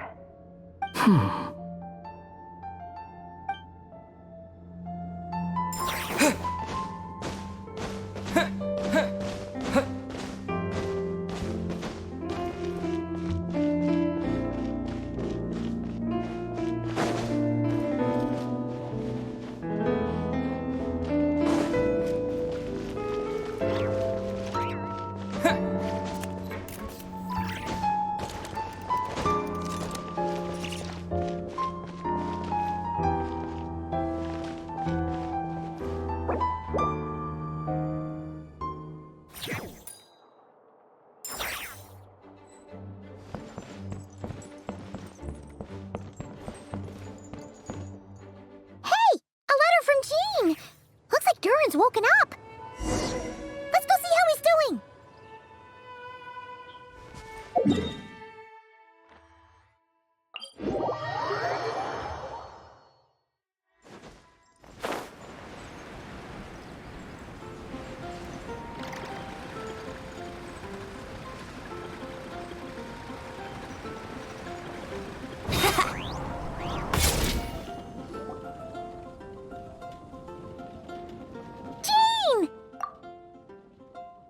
Hello, you two. I'm glad you got my letter. Durin's awake and waiting on the bench over there. I'm here if you need help. Just give me a shout. Don't worry about us. We'll be fine. Oh, hey, you two. I just remembered what happened right before I passed out. Thanks for holding me back. I shudder to think what might have happened if you hadn't. I'm fine now. It's just... a lot of people seem to have forgotten me. Don't worry. We'll figure out a way to fix this. Why don't you start by telling us what happened? It felt so strange. After I realized no one recognized me anymore, I suddenly felt like I'd completely lost contact with my body. Abyssal power lies sealed within this body I inhabit. So when I lost my connection to it, I lost control of that power too. It wasn't until I heard everyone calling my name that I was able to reconnect with my body. You lost contact with your body? Does that mean there's something wrong with it? Sounds like we need Albedo more than ever. I don't think the problem lies in Albedo's alchemy. Huh. But then, why are people forgetting you? Guess that's what we need to figure out. That means we need Alice for sure. But it's been ages and she still hasn't been in contact. Now would be a really good time for a hint. How could the story's budding branches even hope to reach beyond the towering walls? Leaving the castle, the witch went off in search of the tallest, grandest tree in the whole world. High up in the canopy of that tree, she sought a resting place, a refuge where the little sapling might take root. Go to that place, for it was there that the sapling felt its first breath of wind. Huh? Was that another clue? Does that mean the story isn't over yet? Leaving the castle. It just occurred to me. If this story is all about my own experiences, then wouldn't what happened after I left Simulanka be part of it too? But how could she possibly know exactly what would happen? And even if she did, how could we know when the story was complete? Yeah. Since we can't reach Alice right now, we'll just have to get to the bottom of this ourselves. But first, we gotta figure out where this riddle wants us to go. The tallest, grandest tree in the whole wide world. Huh. The only place that ever gave me that feeling was the one I ended up in right after leaving Simulanka. They had great coffee there, too. And so many books you'd never run out of things to read. Think about it. Our search in Mondstadt began in a library, right? Well, Sumeru City's got one of those, too. And it's absolutely huge. What do you say? Should we try looking there? Huh. That does kind of make sense. And it's not like Paimon's got a better idea. Alright, let's just give Jean and the others a heads up first. Well, it sounds like you've got a plan, so I won't interfere. All I ask is that you stay safe. Albedo won't be back for some time, and until he is, we can't know for sure how dangerous Durin might be in his current state. I'm so sorry about what happened before. Believe me, I'm not blaming you, and neither is anyone else here. If anything, it's the opposite. We're all just worried about you. Worried? About me? Come with me. I want to show you something. As soon as they heard you were awake, they all hurried over to see how you were doing. You all came to see me?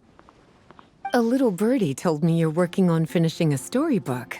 So maybe all those people losing their memories is just a plot twist, waiting to be resolved. Miss Lisa, you always seem to know how to put my mind at ease. Please, everyone, don't worry about me. When I get back, I'll find a way to complete my mother's story, and the one we started, too.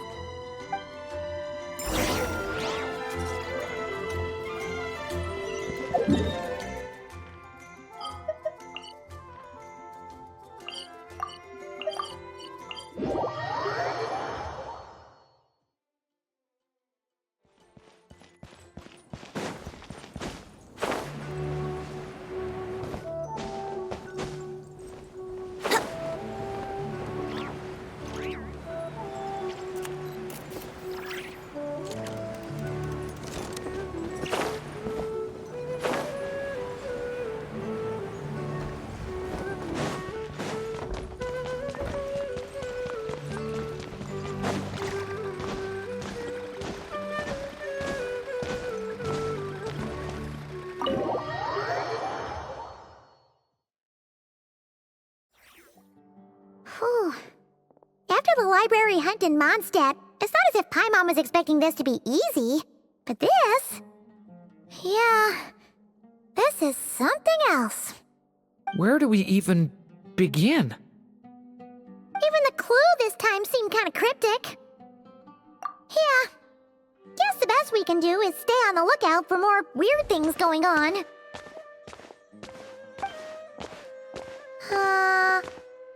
Huh? Sorry, what was that? I'm here to return Volume 5. According to the catalog, Volume 5 of this series is not available for loan. I can't accept the return of a book that was never checked out in the first place. Let me put it this way. My copy is complete. Yours, on the other hand, is missing large amounts of content. So you should swap it for mine instead. Sir, you have to understand. Managing a library is a serious business, and we have protocols in place for this kind of thing. I can't just replace an important volume in our collection based on nothing more than your word. Hey,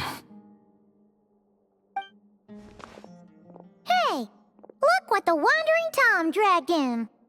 Oh, it's you. And, what is it you're doing here? I'm a traveling scholar, as you know. Isn't a library the most natural place for me to be? Well, the last time we saw you was all the way in Nodcry. Paimon just didn't expect to suddenly see you in Sumeru, that's all. There were some things I needed to come back and take care of. Some documents had gone missing, so I tracked them down, restored them to the original condition. And now, I'm here to return them. And considering what I'm planning to do next, it feels like a weight off my shoulders. What's going on with you, huh? You look like a kicked puppy. Hat guy. Ah, at least you haven't forgotten about me. What's that supposed to mean?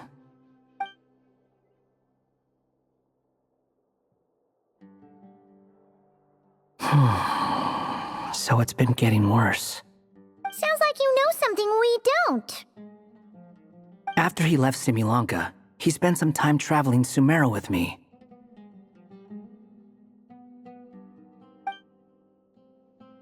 I was working on several texts at the time, and I stumbled upon something strange. Anytime Durin of Similanka was mentioned, before long, the record would disappear. Which means, all the remaining records on Durin are about the evil dragon that fell on Dragonspine. How did you even discover that? If I remember correctly, Hat Guy loved the time he spent in Similanka so much that he started writing a travel log. That's besides the point. The fact is, you're not affected by the ley lines of this world. I'm sure you can grasp the implications of what that means. His case is different from mine. It's more like the world itself refuses to accept his existence. It started with a few written records, but now, it sounds like it's spread to people who never met him or didn't know him well. At this rate, the whole world might forget him altogether. The whole world? But that includes all my friends in Mondstadt, and even Hat Guy, too. So that's what you've been worried about all this time? Why didn't you just tell me? There are more important questions right now, like figuring out how to fix this. That mage clearly cared a lot about her child. She left that book behind for a reason. If you want answers, isn't that the place to find them? You think that didn't occur to us already? Problem is, we need to find the memory that unlocks the next chapter first. Mind if I take a look? I just want to know what secrets this book is hiding. Besides, I've run into a bit of red tape, so I've got time. Of course. Be my guest. So, the memory we've been looking for was about you all along?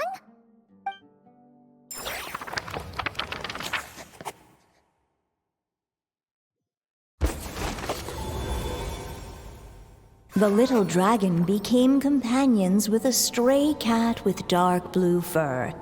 It was a friendship born of all they had in common.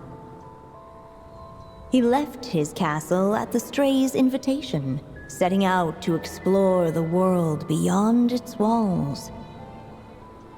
There, he grew fond of the outside world, eager to make friends and share the story of his life.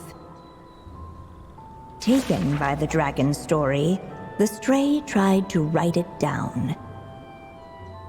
But he soon realized that no matter how he tried, it would always warp into the evil dragon's tale.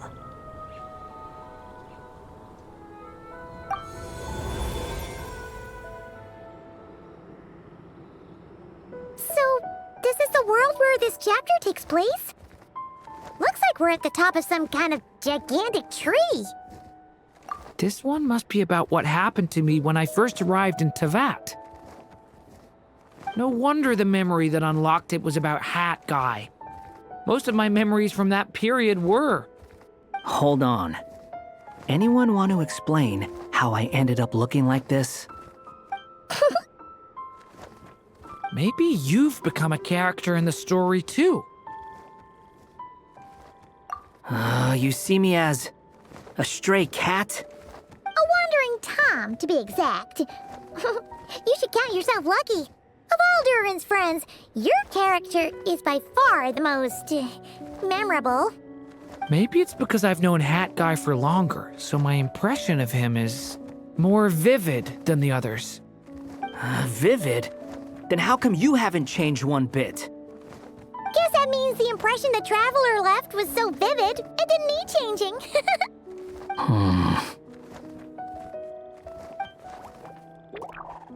Hello, everyone! Ready for today's adventure? It's the storybook, Durin! Oh. So you're not playing yourself in this one? Does that mean the two of you have even more memorable roles to play? Where are we going today, kitty cat? Whatever. Just follow me. Same as always. Okie dokie! Can we chat along the way? If you have something to say, just say it. Was that seriously how the two of you communicated when you first got here? Yep. Anyway, how do we get ourselves out of here? Usually, the narrator gives hints to help us figure out what to do. Speaking of which, about time we got some of those, don't you think? The story's vines had woven themselves together into a giant tree, the boughs of which a little storyless dragon now paced, homeless among its leaves. He had to find a way to leave this place and set off in search of a home of his own. If he stayed, the world would erase him from its memory altogether. To leave this place? But where am I supposed to go? The little dragon felt completely lost. Just like the vines, the road ahead branched off into different directions, twisting and turning before disappearing into the mist. But as luck would have it, a prophetess waited up ahead. Perhaps she might know where each path might take him.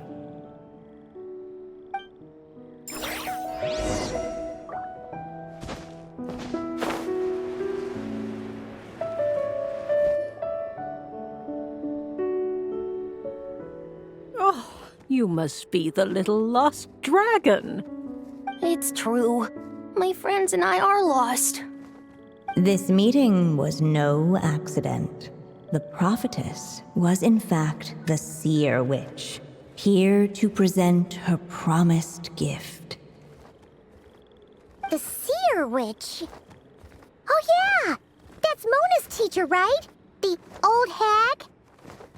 Insolent child. I am the seer witch, your prophetess, not some old hag. Sorry! Now, little lost dragon, I have come to bestow the gift I once promised. A prophecy. A prophecy? Hear me now, for my prophecy is this. One day, the dragon from beyond the castle shall be reborn, and none may avert its coming. The wind took the prophecy and swept it off into the distance. And so, the little dragon was shown a path to wander.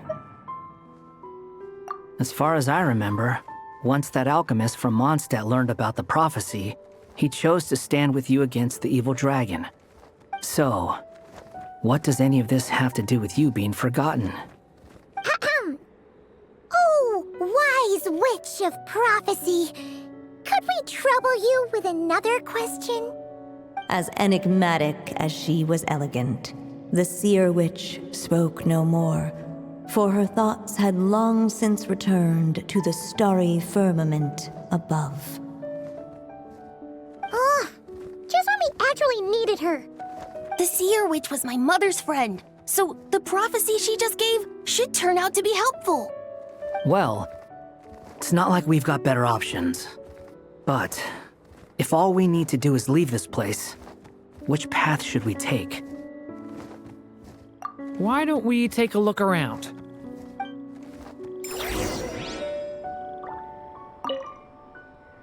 As enigmatic as she was elegant.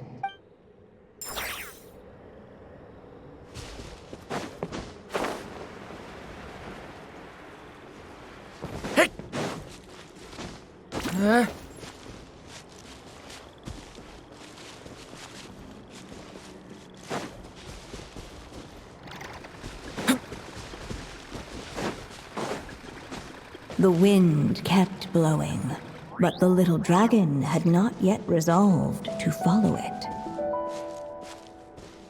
Before him lay a foggy path, and where it might lead he could not tell.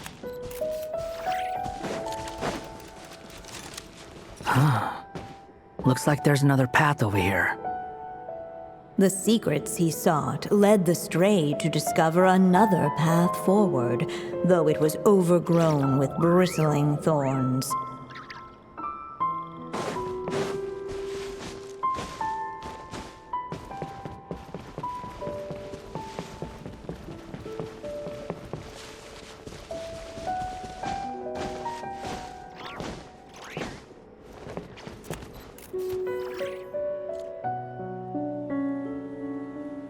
It seemed to lead away from this place, but each time he tried to follow it, the branches of the tail sent him back to the start.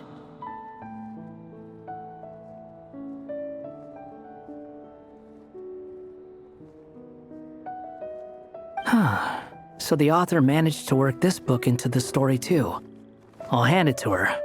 This book is fascinating. What's going on here? When I first realized you were being forgotten by the world, I thought it might be because you spent too much time with me. In which case, the only hope of a cure would be to cut our ties for good. What makes you think that? Once upon a time, the stray tore apart his own story and was forgotten by the world beyond the castle.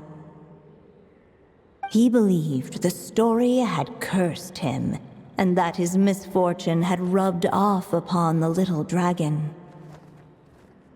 The story's curse. It was just a suspicion before, but now I think it's something we have to try. Wait, what do you mean? Try what? One of the story's branches is a path I can't take. If you follow it out of here, I won't be part of your story anymore.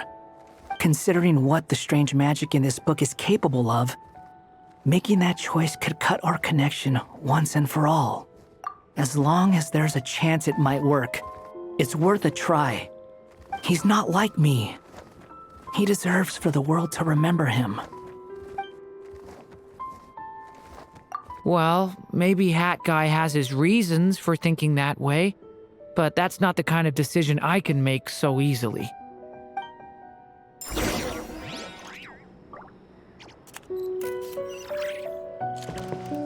It's what my stray cat buddy thinks is best anyway.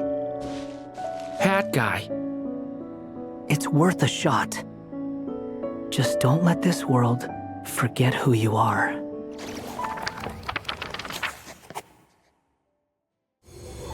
The little dragon left along the path his companion could not take. And from that point forth, the stray was no longer part of his story. Yet his memories of the stray were an indispensable part of his tale. With the stray gone, the story lost the very spark that had first set it in motion. In the end, the little dragon's story faded into nothingness, and in the world beyond the castle, Only the evil dragon's tail endured. Who am I? Is this me? And so the story ended, with the little dragon fading from sight, leaving nothing but the evil dragon's shadow in his place. Oh no! But Durin!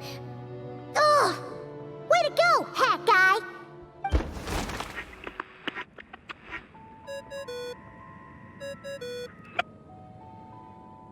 Hello, children.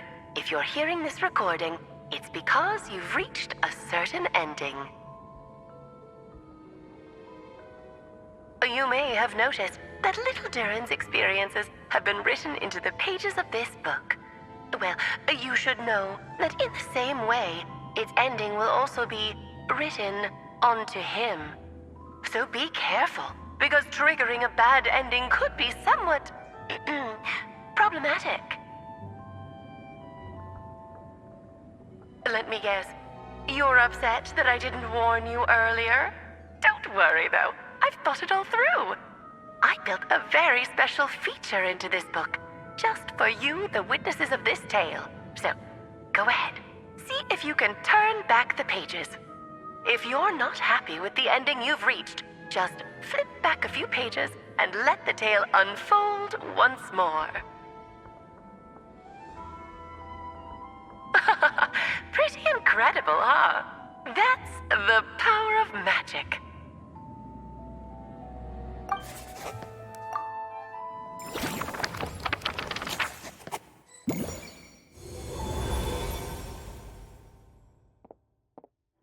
Ugh! That last ending was awful. No way we're picking that path again.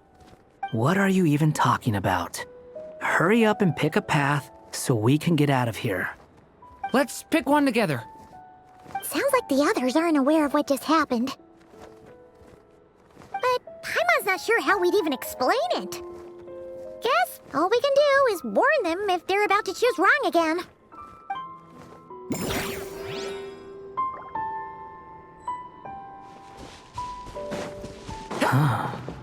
Looks like there's another path over here.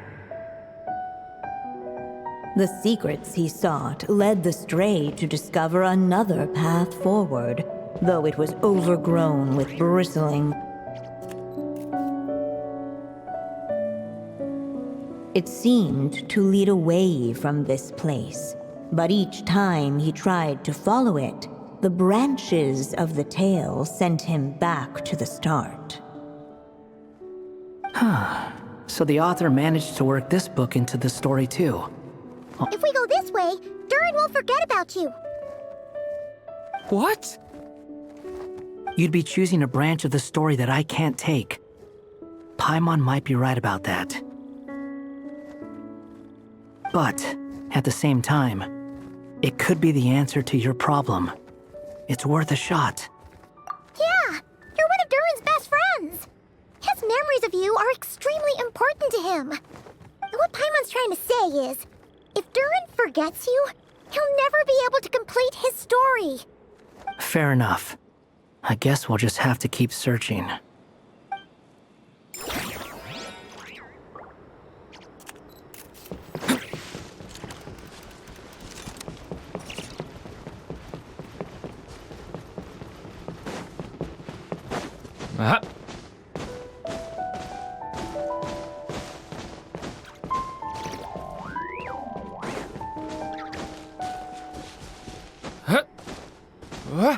The wind kept blowing, but the little dragon had not yet resolved to follow it.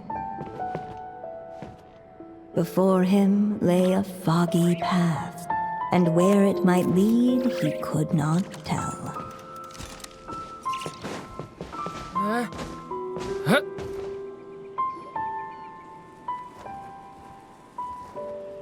If we go this way, we'll be heading back to Mondstadt just like we planned.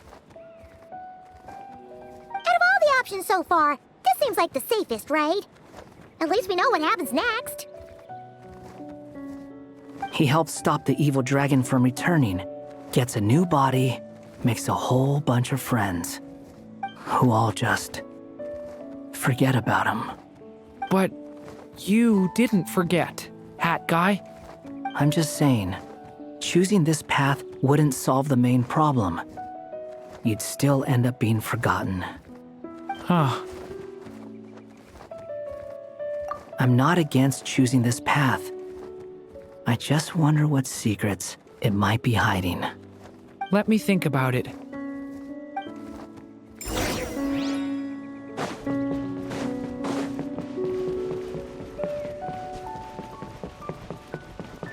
I still think you should keep going, little dragon.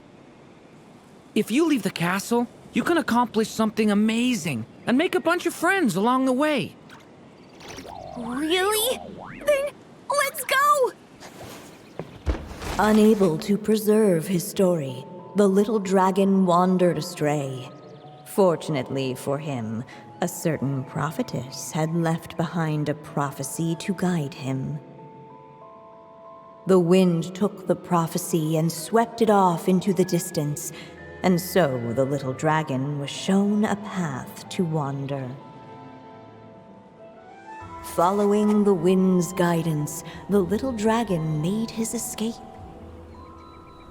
In turn, the prophetess affirmed the little dragon's choice, leaving an extra secret as her parting gift.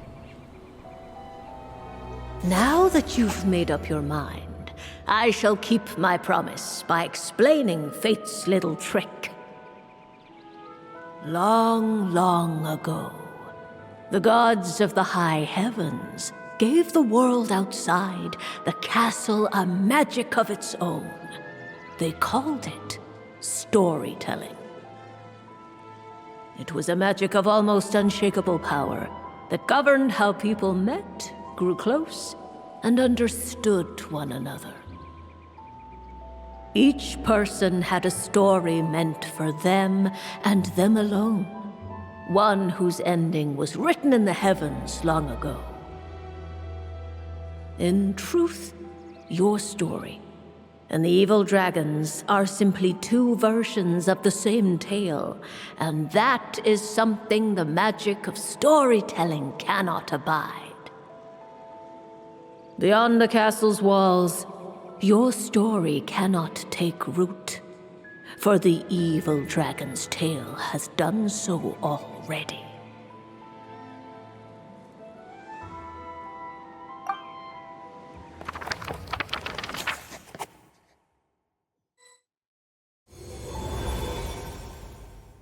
So, that was the secret? Huh. But, what does that mean? You still don't get it? Simulanka Durin and Tevat Durin share a special kind of connection. Their fates are mirror images of one another. While they were in two separate worlds, there may have been some mutual influence, but their fates were independent.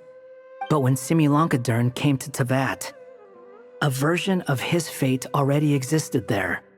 So, how can two fates exist at the same time?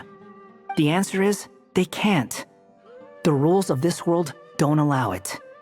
You can't return a book you never checked out in the first place. So, what's Durin supposed to do? Those mages seem to have come up with quite the ingenious solution.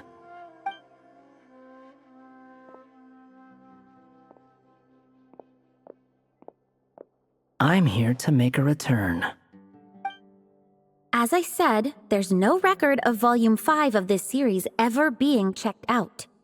Then just think of this as Volume 6. Based on what I know, the author was planning on publishing another volume anyway. The catalog does have a slot reserved for Volume 6. So, this is it? Sure, let's go with that. All you need to know is, I'll be the one writing this series from now on. You...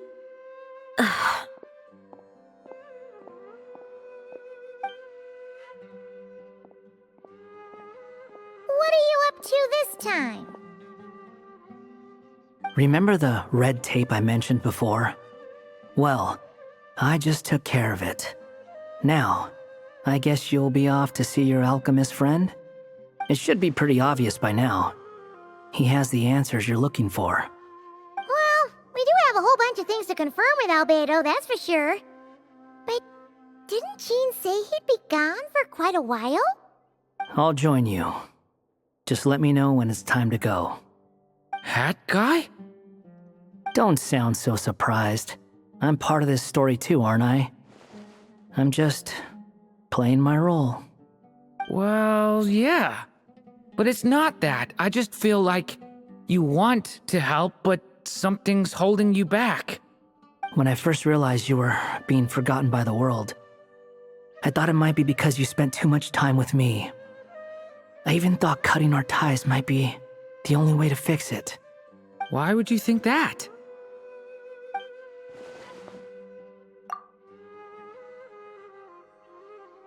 It doesn't matter now. Judging from the answer this book has given us, I was probably overthinking it. Just as well, with the ley lines rejecting him like this, the people who still remember him are his only remaining connection to this place. If that last fragile tie was broken, who can say what devastation his unbound body might unleash? And to think I'm one of the people keeping you here, instrumental in helping change your fate. Can't say I saw it coming. Well, if it's good enough for Hat Guy, it's good enough for me. After all, he is about as odd as humans get. Excuse me? With some people, even if you try asking a simple question, they'll always give you a complicated answer. And the more you ask, the more complicated it gets. Truth is, Hat Guy's just that kind of guy. Whatever. All I needed was a yes or no, so we can quit it with all the back and forth.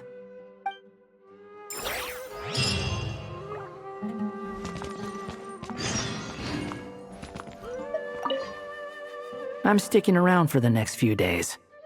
So, when it's time to go, you know where to find me.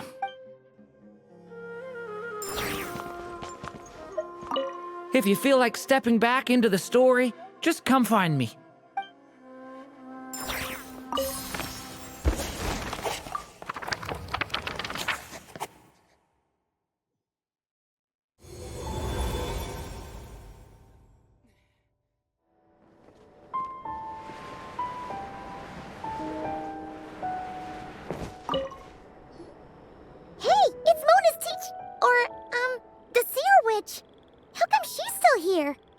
Who goes there? Can you not see? I am busy stargazing. Hey, since we've got the chance, why don't we ask her to read our fortunes too? After all, according to the book, her prophecies are meant to be super accurate. The only thing is, Paimon's not sure how we're gonna convince her to do that. How dare you? You take my fortune-telling for some kind of street performance? Sorry. Paimon's just curious how accurate it is. Very well, then. I'll show you what my wisdom can do. Come forth, Silver Sprite. Let me see what fate has in store for you. Ooh. You truly wish to know your own fate. Come on! Enough with the suspense already! Is it good or bad? Oh.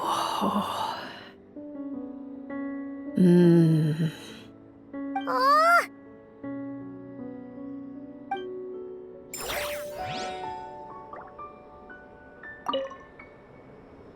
Oh.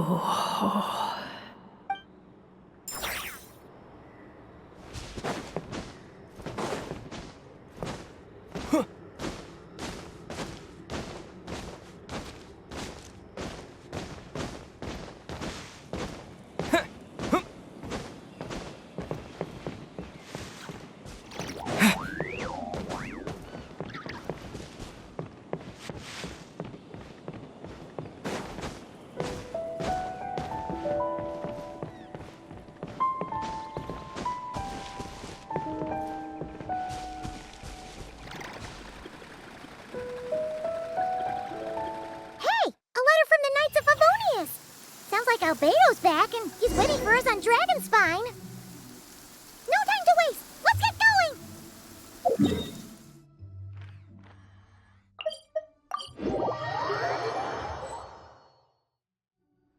So this is the other Durin, huh? If this had been the dragon that ended up being revived in Mondstadt, there's no telling what kind of calamity that people would have had to endure. So, if you think about it like that, Durin's actually a hero.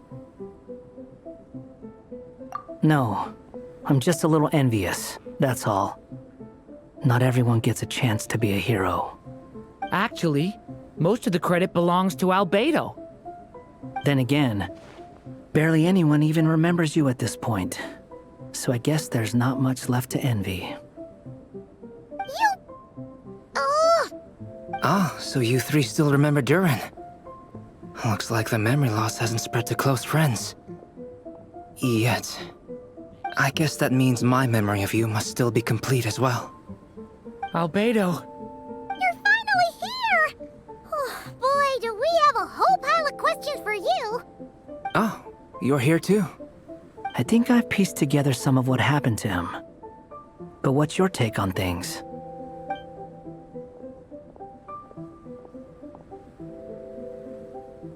Master Jean filled me in on what happened, and I've got a few theories. But let's get on the same page first.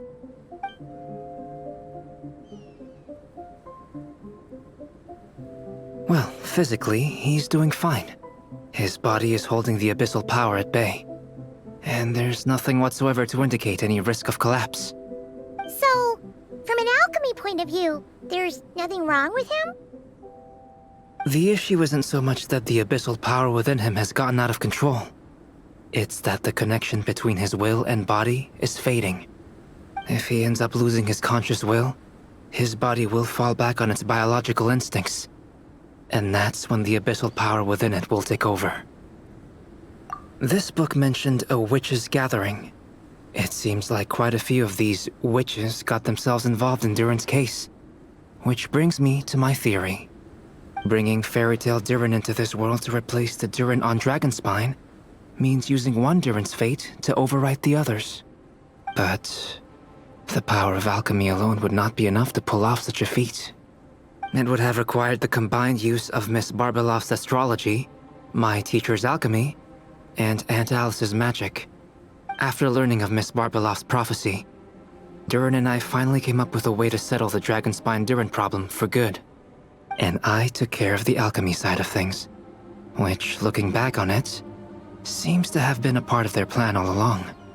So now, there's only one thing missing. As for the fate theory our friend in the hat just mentioned, I still can't figure out how any kind of magic could possibly influence the fate of Tevat. But I'm certain that the answer lies within this book. So, the reason Alice had us complete this book was to make that magic possible? A form of magic powerful enough to rewrite fate itself. Well, we've no time to lose. I just need to take a look at the book. The next part of the story most likely relates to me. So the memory that unlocks it must be connected to me too. Huh? The giant tree was home to a broken branch, the shape of its splintered arm aligning perfectly with the branch that had burst forth from the castle walls. Join yourself to that broken bough, for there you may take root at last, and henceforth bask in the sun and rain of the world beyond the castle. But first, fetch the stickiest clay and let it bind the scar of the break. I see.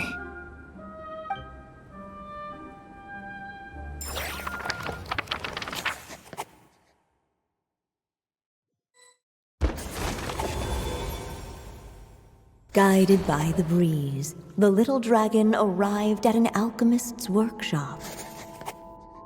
There he was greeted by a clay figure, a child molded by the sage witch's hands. Though gentle in appearance, He had inherited his mother's cold, sharp wisdom. And he was determined to avert the calamity the evil dragon would bring, and so was his helper, none other than the little dragon himself.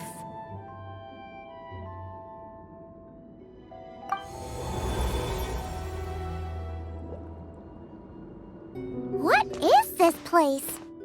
It looks like it's modeled after an alchemist's workshop. Or rather, a cliched stereotype of one. Albedo?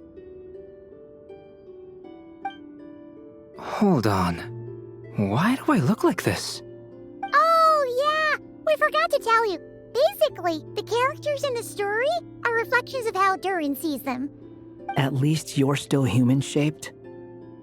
Well, since Cat Guy has taken on a different appearance too, that must mean the two of us are both characters in the story. But you, Paimon, and Durin haven't changed at all. You must be special figures in some way. I'd like to know more about that too. But seeing as none of them can explain it, let's just concentrate on moving the plot forward.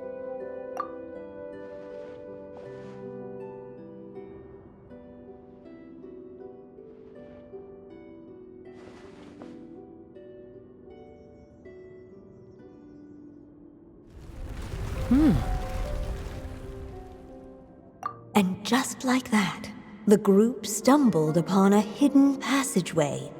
Intricately crafted, it seemed to lead them towards another exciting chapter of the tale. Come on! What are we waiting for? Next chapter? Here we come! Ouch! But this was a chapter that had not yet been written. Ahead of them was a storyless void, and they could go no further. What? Then what's the point of having a path here? Sounds like a pretty bad habit for a writer.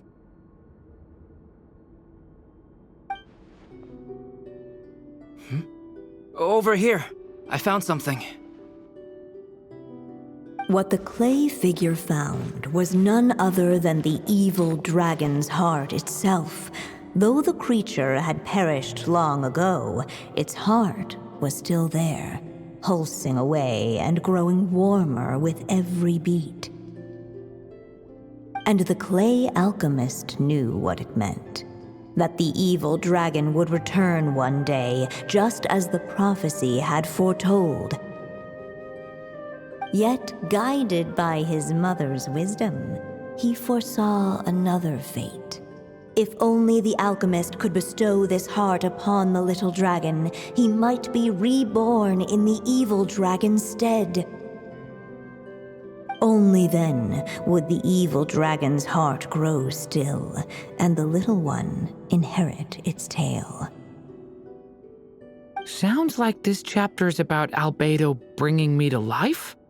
If that really was the solution, though, this would have been over the minute I finished the transmutation. So why is Durin still being forgotten? There has to be some other reason. Yeah, I'd like to explore the area a bit more.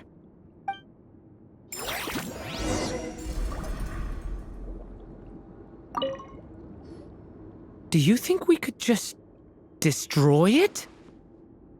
Be it the calamity headed for Mondstadt or my inability to leave behind a story of my own, doesn't it all come down to the fact that this heart never truly died?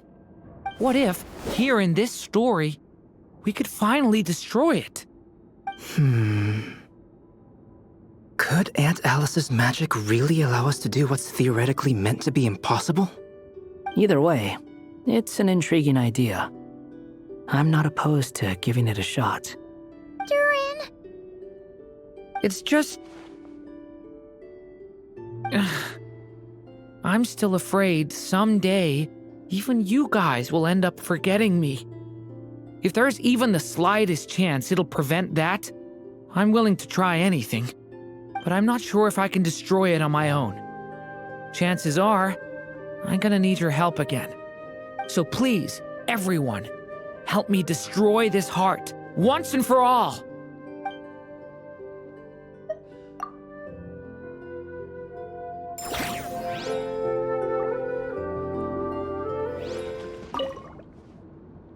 So please, everyone, help me destroy this heart, once and for all.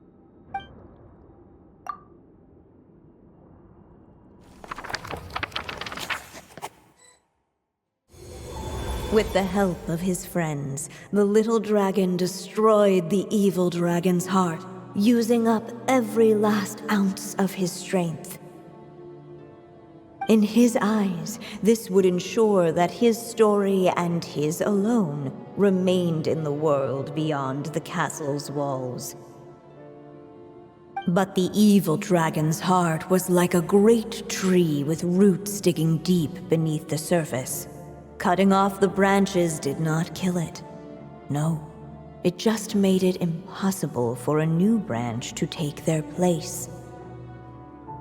The gnarled roots retreated back into the frozen earth, biding their time for a chance to bud again. Cut off from their source, the rootless branches above the surface slowly withered away. The little dragon's story faded into nothingness, and in the world beyond the castle, only the evil dragon's tale endured. Who am I? Is this me? And so the story ended, with the little dragon fading from sight, leaving nothing but the evil dragon's shadow in his place. Oh no! That means Durin! What do we do now?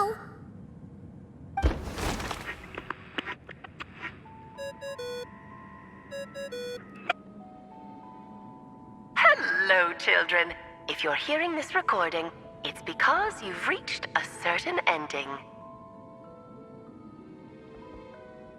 You may have noticed that little Durin's experiences have been written into the pages of this book. Well, you should know that in the same way, its ending will also be written onto him. So be careful, because triggering a bad ending could be somewhat problematic. Let me guess, you're upset that I didn't warn you earlier? Don't worry, though. I've thought it all through. I built a very special feature into this book, just for you, the witnesses of this tale. So, go ahead. See if you can turn back the pages. If you're not happy with the ending you've reached, just flip back a few pages and let the tale unfold once more. Pretty incredible, huh? That's the power of magic.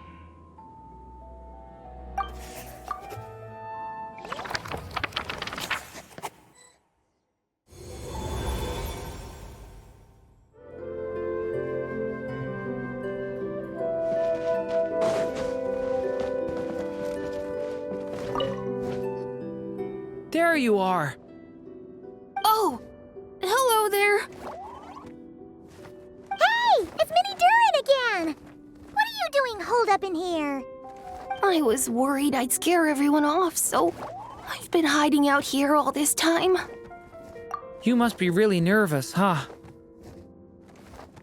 I guess I am a little nervous, but I'm also excited. I'm gonna get to stop the evil dragon and even become a human. It's all thanks to that Clayman. He's the one who talked me into it. And once I'm a human, I'll be able to make loads of friends and do tons of important things. You'll make lots of friends, that's for sure. And go on many unforgettable adventures. I'm so glad to hear it. The only thing is, the Clayman said becoming human isn't gonna be easy. So I'm feeling a little anxious too. He's right about that. Even if you manage to become a human, there will always be tougher challenges on the road ahead. Really? But even so, your friends will be there to help you. Uh-oh. Then I'm not afraid. Funny, isn't it? After talking to you, I'm not afraid anymore either. So, are you ready now? Yep, I'm ready to become a human. What the clay figure found was none other than the evil dragon's heart itself. Though the creature had perished long ago, its heart was still there, pulsing away and growing warmer with every beat. And the clay alchemist knew what it meant. That the evil dragon would return one day, just as the prophecy had foretold. Yet, guided by his mother's wisdom, he foresaw another fate. If only the alchemist could bestow this heart upon the little dragon, he might be reborn in the evil dragon's stead. Only then would the evil dragon's heart grow still, and the little one inherit its tale. At last, the little dragon accepted the evil dragon's heart, and a new life came into being. The evil dragon's heart beat in his chest, and the little dragon's soul guided him forward. Thus did the prophecy hold true, even as fate had been rewritten, and so was the little dragon born anew.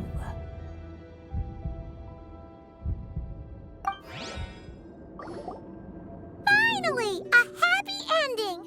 That must be the last step, right? Woohoo! We completed the story!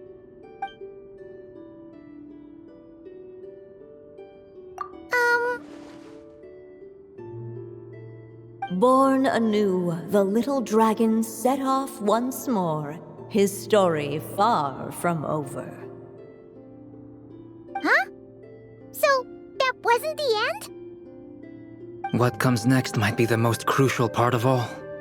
The real last step. If fate really is as devious as they say, then I say, show us what you've got. Wow! You're all so serious all of a sudden.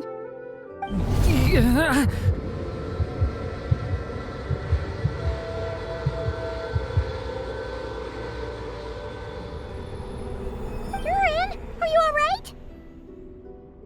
The evil dragon's heart was now one with the little dragon, yet the dark power within it still lingered.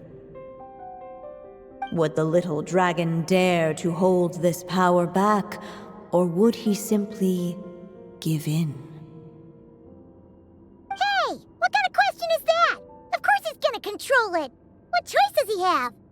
Time is running out. So, would the little dragon dare to hold this power back? Or would he simply give in? What's up with the narrator?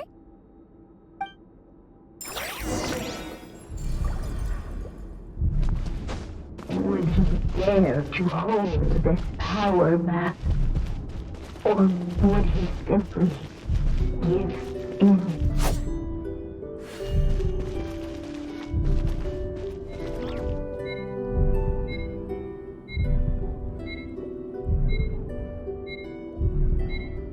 Would he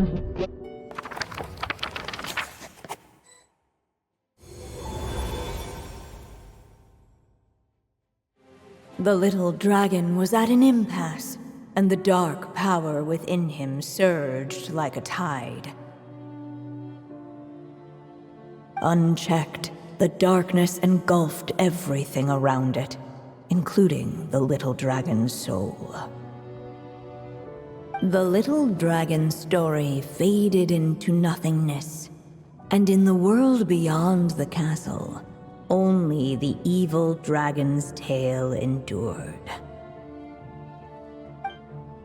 Is this me? And so the story ended, with the little dragon fading from sight. leaving nothing but the evil dragon's shadow in his place. Oh no! That means Durin... What do we do now?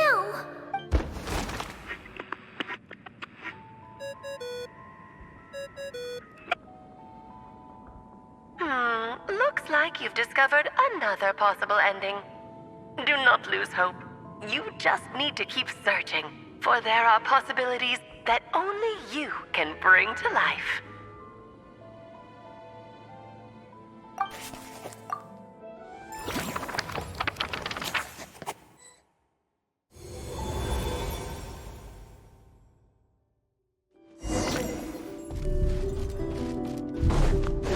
Would he dare?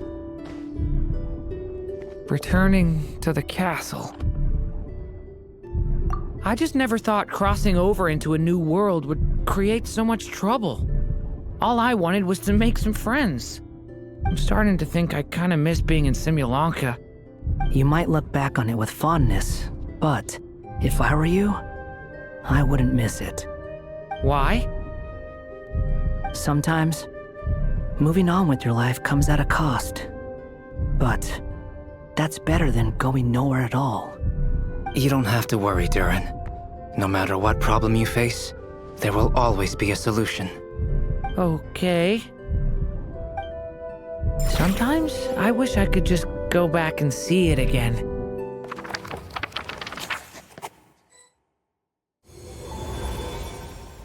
As the little dragon slipped back inside the castle's walls, the clamor of the outside world fell away. There was no danger here, no problems for the little dragon to resolve. As soon as his mother finished her story, it was time for the child to drift off into the world of dreams. And so the story ended, with the little dragon fast asleep in his castle, just like he had never even hatched. What's going on? I feel so weak. Hey, what's happening? Durin, wake up! But this can't be how it ends. Durin promised to bring back everyone's memories. There's no way he'd accept an ending like this.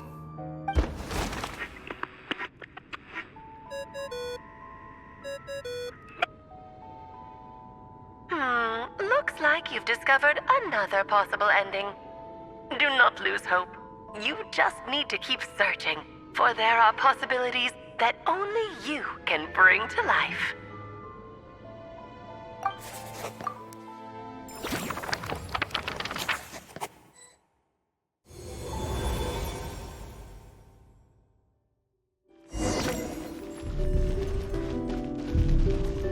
Would he dare to hold this power map? Ahead of them was a storyless void, and they could go no further.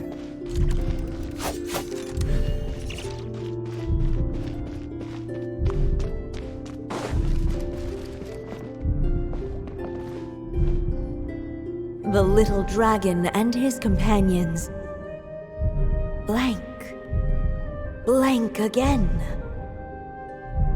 Huh? What's going on? Are we running out of ink?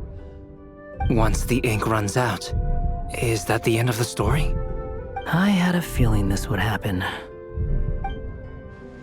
What's happening to the others?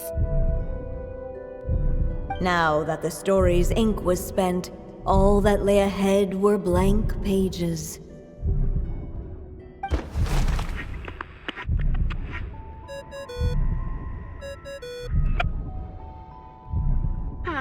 Looks like you've discovered another possible ending.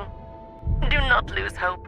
You just need to keep searching, for there are possibilities that only you can bring to life.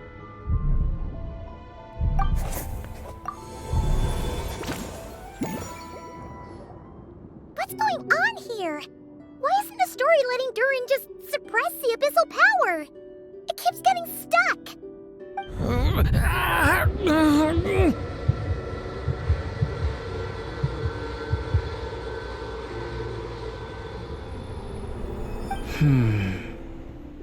It seems the act of suppressing the power counts as an event in the story.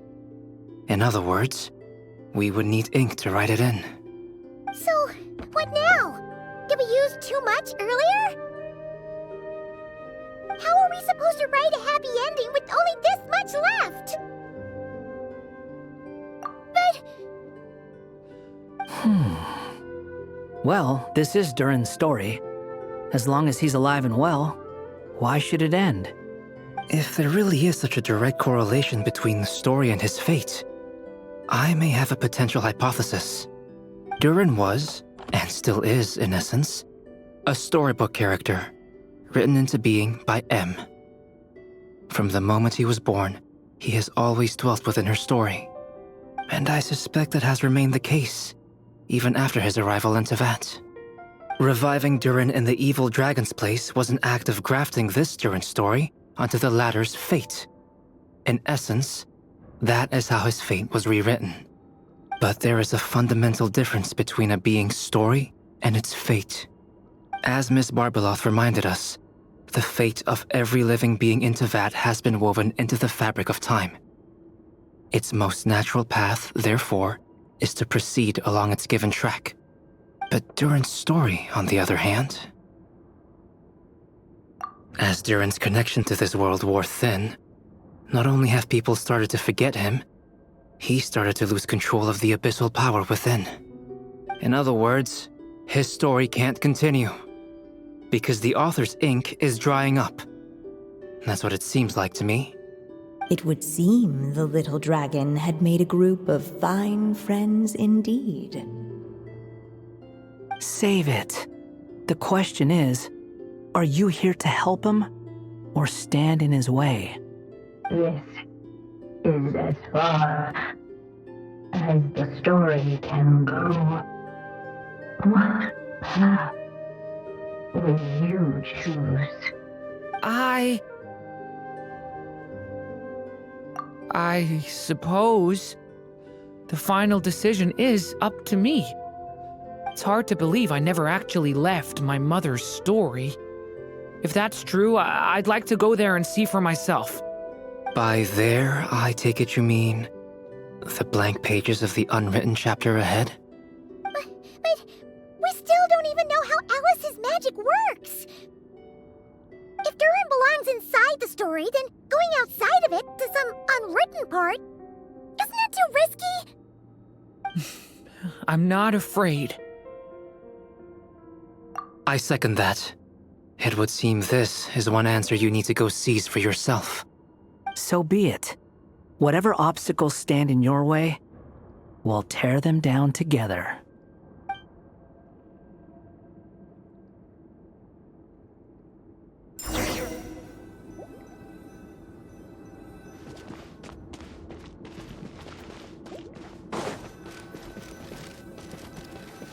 Facing that invisible wall, it was as if the little dragon was staring at the uncrossable edge of existence itself.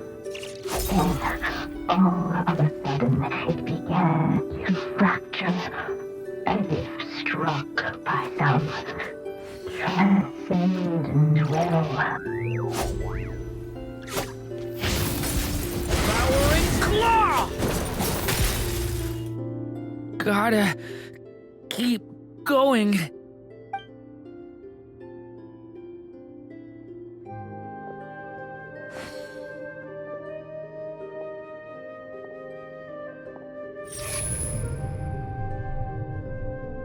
Ahead lies only a stormless void. My consciousness is slipping away. Keep going, Durin. A pure soul is your essence, not an empty void. I feel so weak. Stand tall, Durin. You are not some amorphous idea. The body I made for you is flesh and bone. Am I truly alive? Yes, Durin, but you must keep going. You're as alive and real as I am. I can't feel a connection. You're not alone in this world, Durin. At the very least, you have me. I can't remember anything. Who am I? Your name is Durin, and there are many who still remember it. My name is Durin. You're taking too long. Come on, Durin, run! In this world, fate waits for no one. Wait! Where am I meant to go? What am I supposed to do? Go. Make your wish come true, Durin. My wish?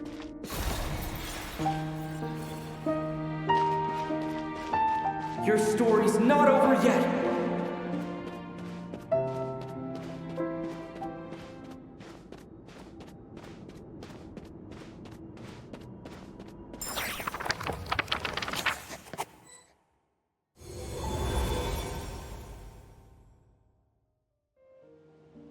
Silence, huh?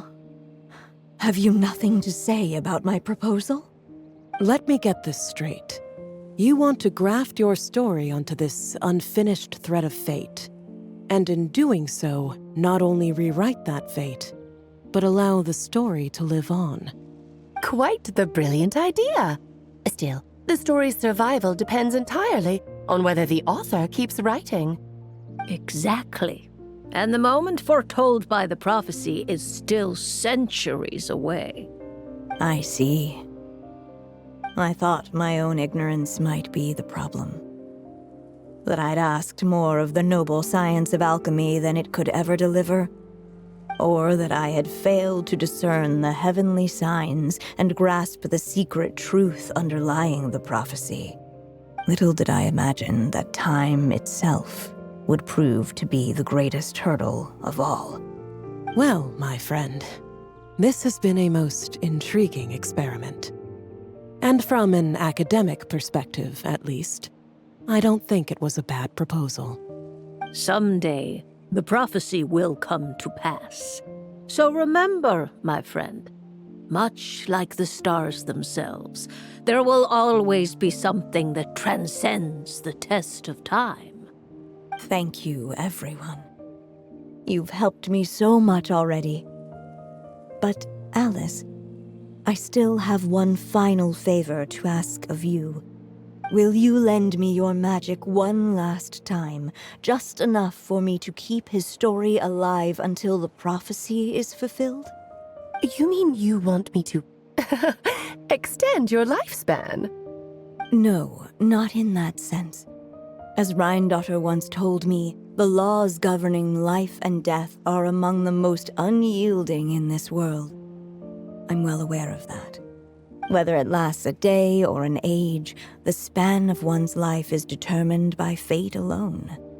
If I tried to breach that law by force, I'm afraid I would lose what makes me human. This is not a path I want to go down. If I am to die, then I shall die a human. So what is it that you want me to do? I would like you to send this pen of mine into the future. I see. Then perhaps there really is a way I can help. I could create a kind of story magic to take over the writing once you're gone. Oh, but for it to work, you would need to provide enough of your own words for it to learn from. How much? Oh, an immense amount. So much, in fact, that you would have to spend the rest of your life writing. And even then, I'm sorry to say, it would not last forever. No matter how much you write, there is a limit to the number of words you can leave behind. But the world itself will never stop changing. Someday, perhaps, even your entire corpus will not be enough for the magic to continue describing this world. And when that happens, the story will end. Still, it's worth a try.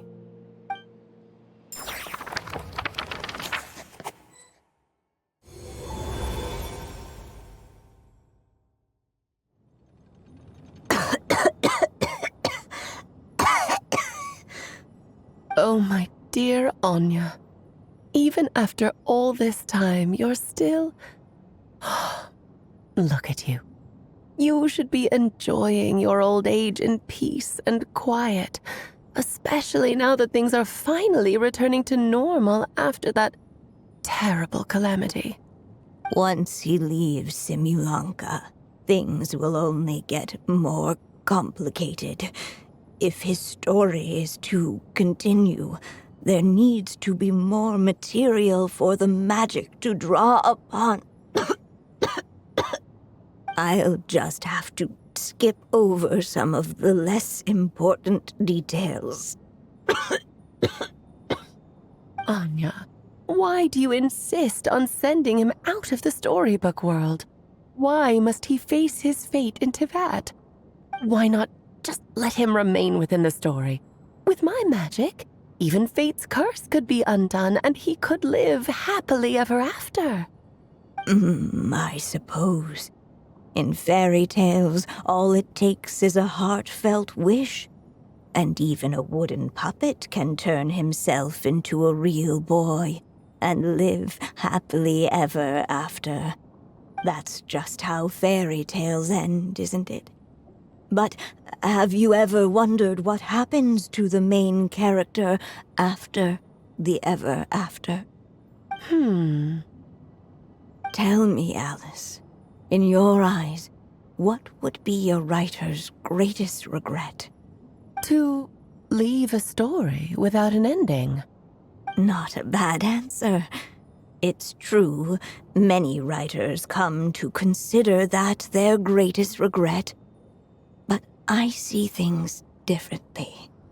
My greatest regret is that every story I write has to come to an end in the first place. Anya. No matter how brilliantly a character shines, the moment their story ends, their potential is lost forever. For them, the story itself becomes an inescapable fate. But what if, instead, I could place my pen in their hand and let them continue the story themselves? You mean... You said it yourself. I can only leave so many words behind. Even with your magic, the idea that I could keep the story going until the prophecy comes to pass is wishful thinking at best. But I've found a way to use your magic to transform some of my finished stories into a special kind of ink. This ink is a magical medium he can use to complete the story the way he wants to. For what is storytelling but another kind of magic? And if he can experience the whole tale himself while leaving behind his own wishes and aspirations, even once he reaches the chapter where I stopped, he'll still be able to carry the story forward on his own. And so, by leaving him this ink, I can entrust him with the responsibility of writing his own story. A character with the power to write their own story. That way, he'll finally be free from the cage that is my pen. And like anyone else living in the real world, he can go on to create a life of his own. And you no longer need to worry about the constraints of my magic. What a brilliant idea, Anya. But there are still risks. First of all, once he arrives in Teyvat, he'll have to rely entirely on the story you left him to maintain his connection to that world. As you gradually hand over creative control, that connection will grow weaker, and at some point, he might lose it altogether. But at the same time, he'll also have the chance to forge that connection for himself. The issue is, this method taps into too many of Teyvat's core secrets. Any overt hints you try to leave will be erased in no time. In fact, it'd be hard for you to leave anything at all to guide them. We still have the story itself, though. I can use that to show them the way. It's entirely possible he burns through all your ink, never reaches the chapter you had in mind, and gets stuck, roaming the chapters of his past. But despite all that, I still believe in what this child can become. His hopes and wishes can be his ink, so he won't be trapped by mine running dry. Oh, what the writer you are, Anya. Your imagination never ceases to amaze. And you do know how much I love a happy ending. You shall have my help, my dear. Thank you, my friend. Well then, my child, do you understand what you must do? Yes, I think I do. It's my turn to keep this story alive. Then what's holding you back? What will become of you after I take up this pen? I will fade away. There will no longer be a reason for me to go on existing. My child, or your mother, I should say, passed away long ago. The voice you're hearing is nothing but a magical echo that has now fulfilled its purpose. You needn't feel so reluctant to let me go. I know my mother died long ago. It's just, when you lose your mom too soon, it's hard to tear yourself away from the stories she used to read. I guess it's a silly way of pretending she's still here, by your side. Durin. But after coming to this world and traveling it with my friends, facing all kinds of enemies together, I suddenly realized I couldn't just sit around listening to my mother's stories because I'd found a new purpose in life. Maybe this is just what growing up feels like. With all my new friends waiting, it's time I finally set aside my mother's storybook. I'm ready to grow up now, Mom.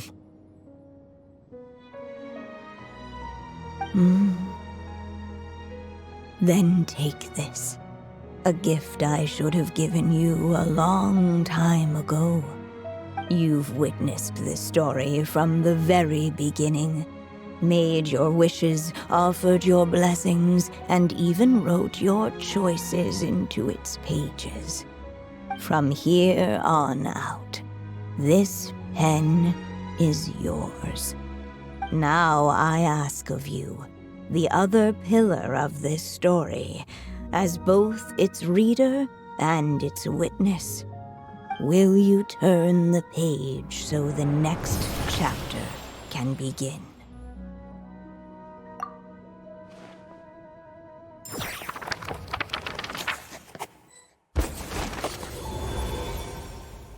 Suddenly, and without warning, the powers of darkness struck. The question was, could the little dragon prevail? Alas, it was here that the story witch's tale had to end. But Durin's tale, on the other hand, had only just begun. Stepping into his mother's memories, he picked up her pen. And so the story that was ending began anew. He had made up his mind to challenge the fate that barred the way ahead.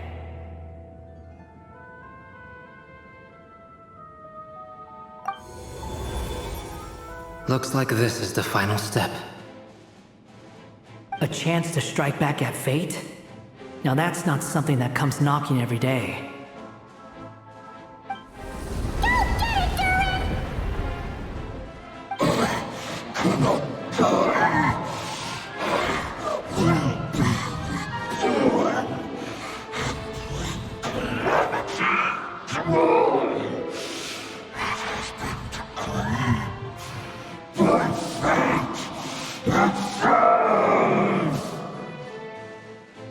No. That fate no longer defines me. In the end, only my story shall endure.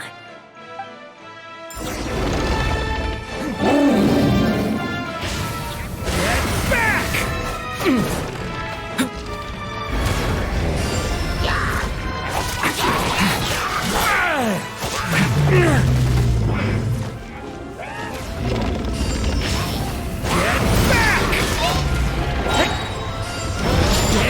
Away from me!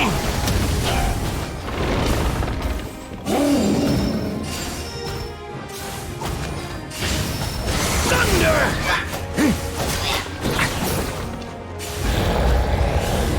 No dodging this one.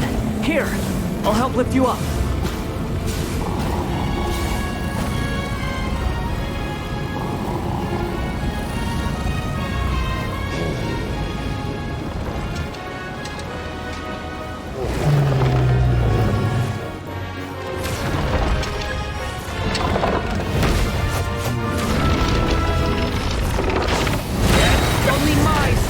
Shall endure.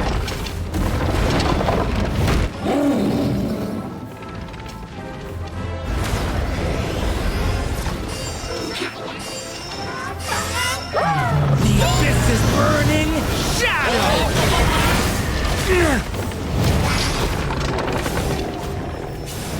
No, not yet.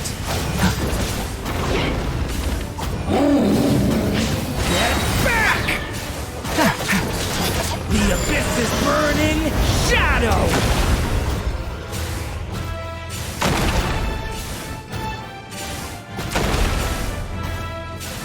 Looks like your story's not over yet.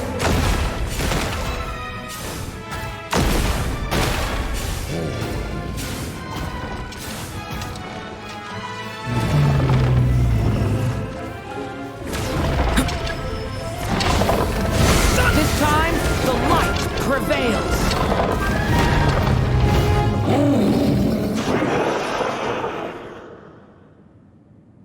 Thank you, Mom.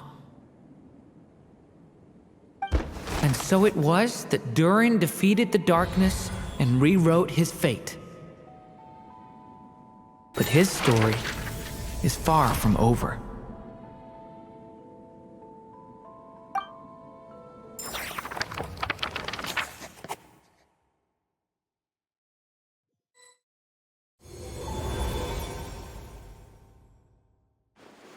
Is everyone okay? We're fine, thanks. And hey, we all saw how you fought back there. That was awesome! I have to admit, I do feel like something in me has changed. I owe you all so much. Without your help, I don't know if I could have ever made it this far. Just a shame I could only help out from the sidelines. Like I said before, it's not every day that you get to put fate in its place. Well, I'm sure you'll hear it someday. Hear what? The chance to strike back at fate knocking at your door. Yeah, maybe someday. Allow me to just check one thing.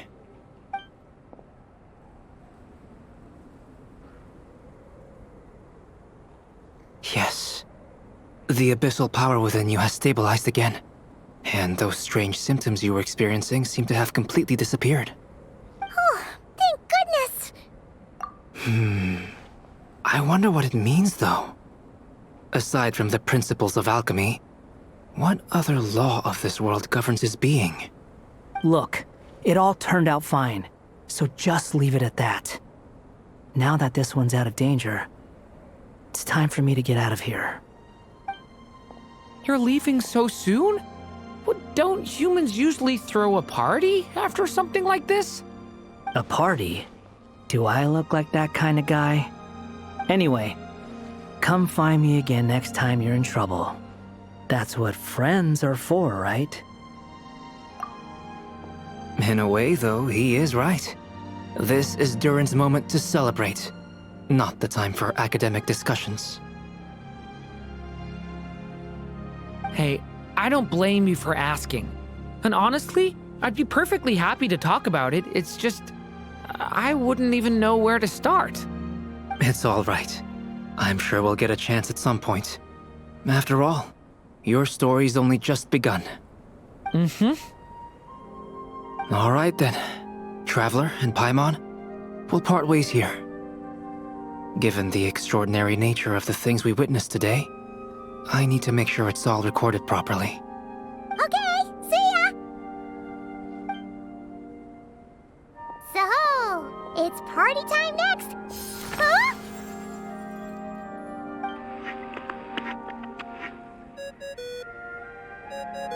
Congratulations on completing your mission. Now then, as per our agreement, it's about time you returned that book. She must have known the moment we finished! Just like she said she would! I've heard dressing appropriately is a must for socializing.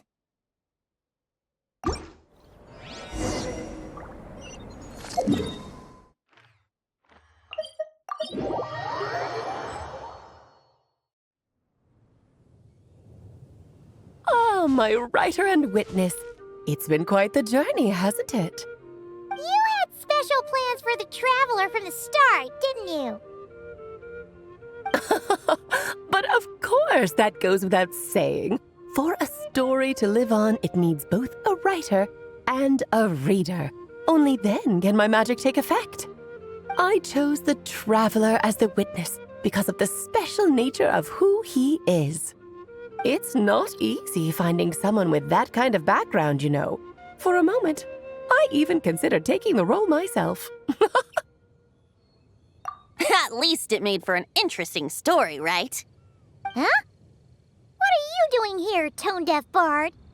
With the Hexenzirkel carrying out such a risky experiment in Mondstadt, it didn't cross your minds that the Animo Archon might be slightly curious? Sorry for the trouble, Lord Barbados. Think nothing of it. I dare say the Animo Archon quite enjoyed coming along for the ride. Now then, as agreed, let us see the fruits of your labor. Here, please take a look. Well. Somehow, despite all my careful planning, it still turned out to be full of surprises. It never even crossed my mind that Rhindotter's child would be capable of handling that kind of alchemy in her stead. When he asked for help with the materials, oh my, I nearly couldn't believe it. If only the others were here too, we could all celebrate together. I'm right here, you know.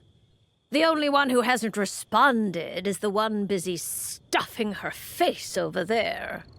Is that you, Barbie? A little late to the party, don't you think? Come here, child. Let me take a closer look at you. All right, Aunt Seer Witch. Here I am.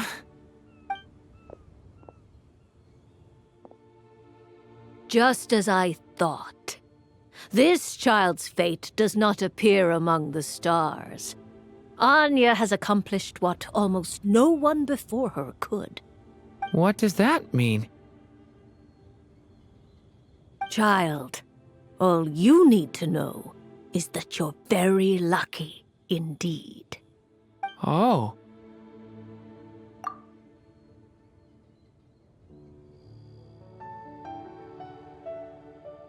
Just like how she was in the story, huh? Tell me, little Durin, what will you do next? I, for one, cannot wait to see how your story unfolds. Well, there's so much I want to do. I'm not even sure where to begin. How about settling your most recent regret?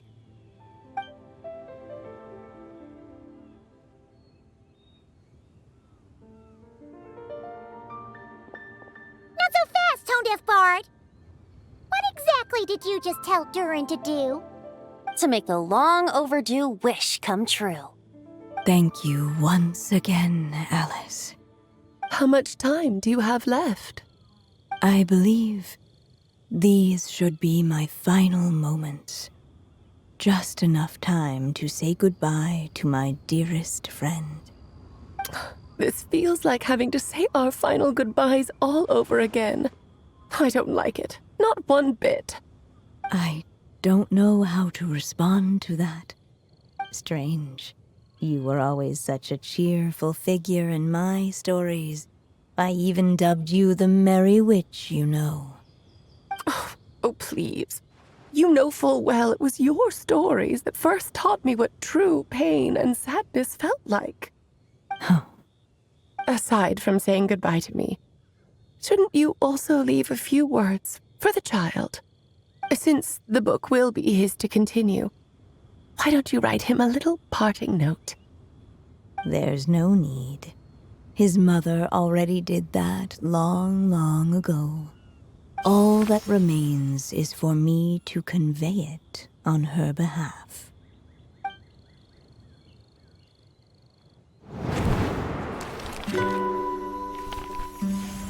My child, these may be the last words I get to leave you. I've always thought of the characters in my stories as my children, loving each one of them, just like a mother would. But you are the most extraordinary of them all. You alone can defy the fate of this world and write the perfect ending to my story. You alone shall leave these pages for a future I will not see. Still I say to you, fly, my sweet child. Just like a forest breeze yearns for the open sky, head into the unknown and seek an adventure to call your own. If you meet a dragon bright as 1,000 jewels, dance through the air together. You are not alone, for this world has accepted your place in it. Do not lose heart. You still have many wishes left to fulfill.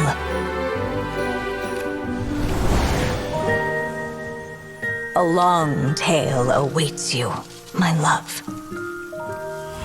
Let songs and flowers be the ink that fills its pages. Take my pen and use it to continue your story.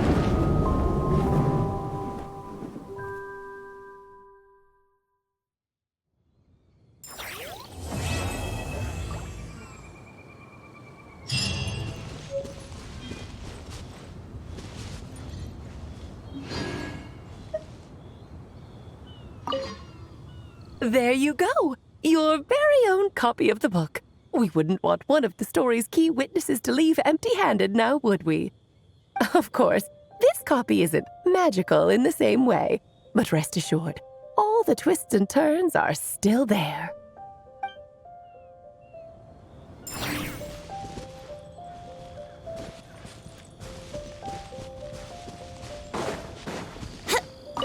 And so they flew together, Durin and Dvalin, over the skies of Mondstadt. Who'd have thought such words could ever have described a happy ending, huh?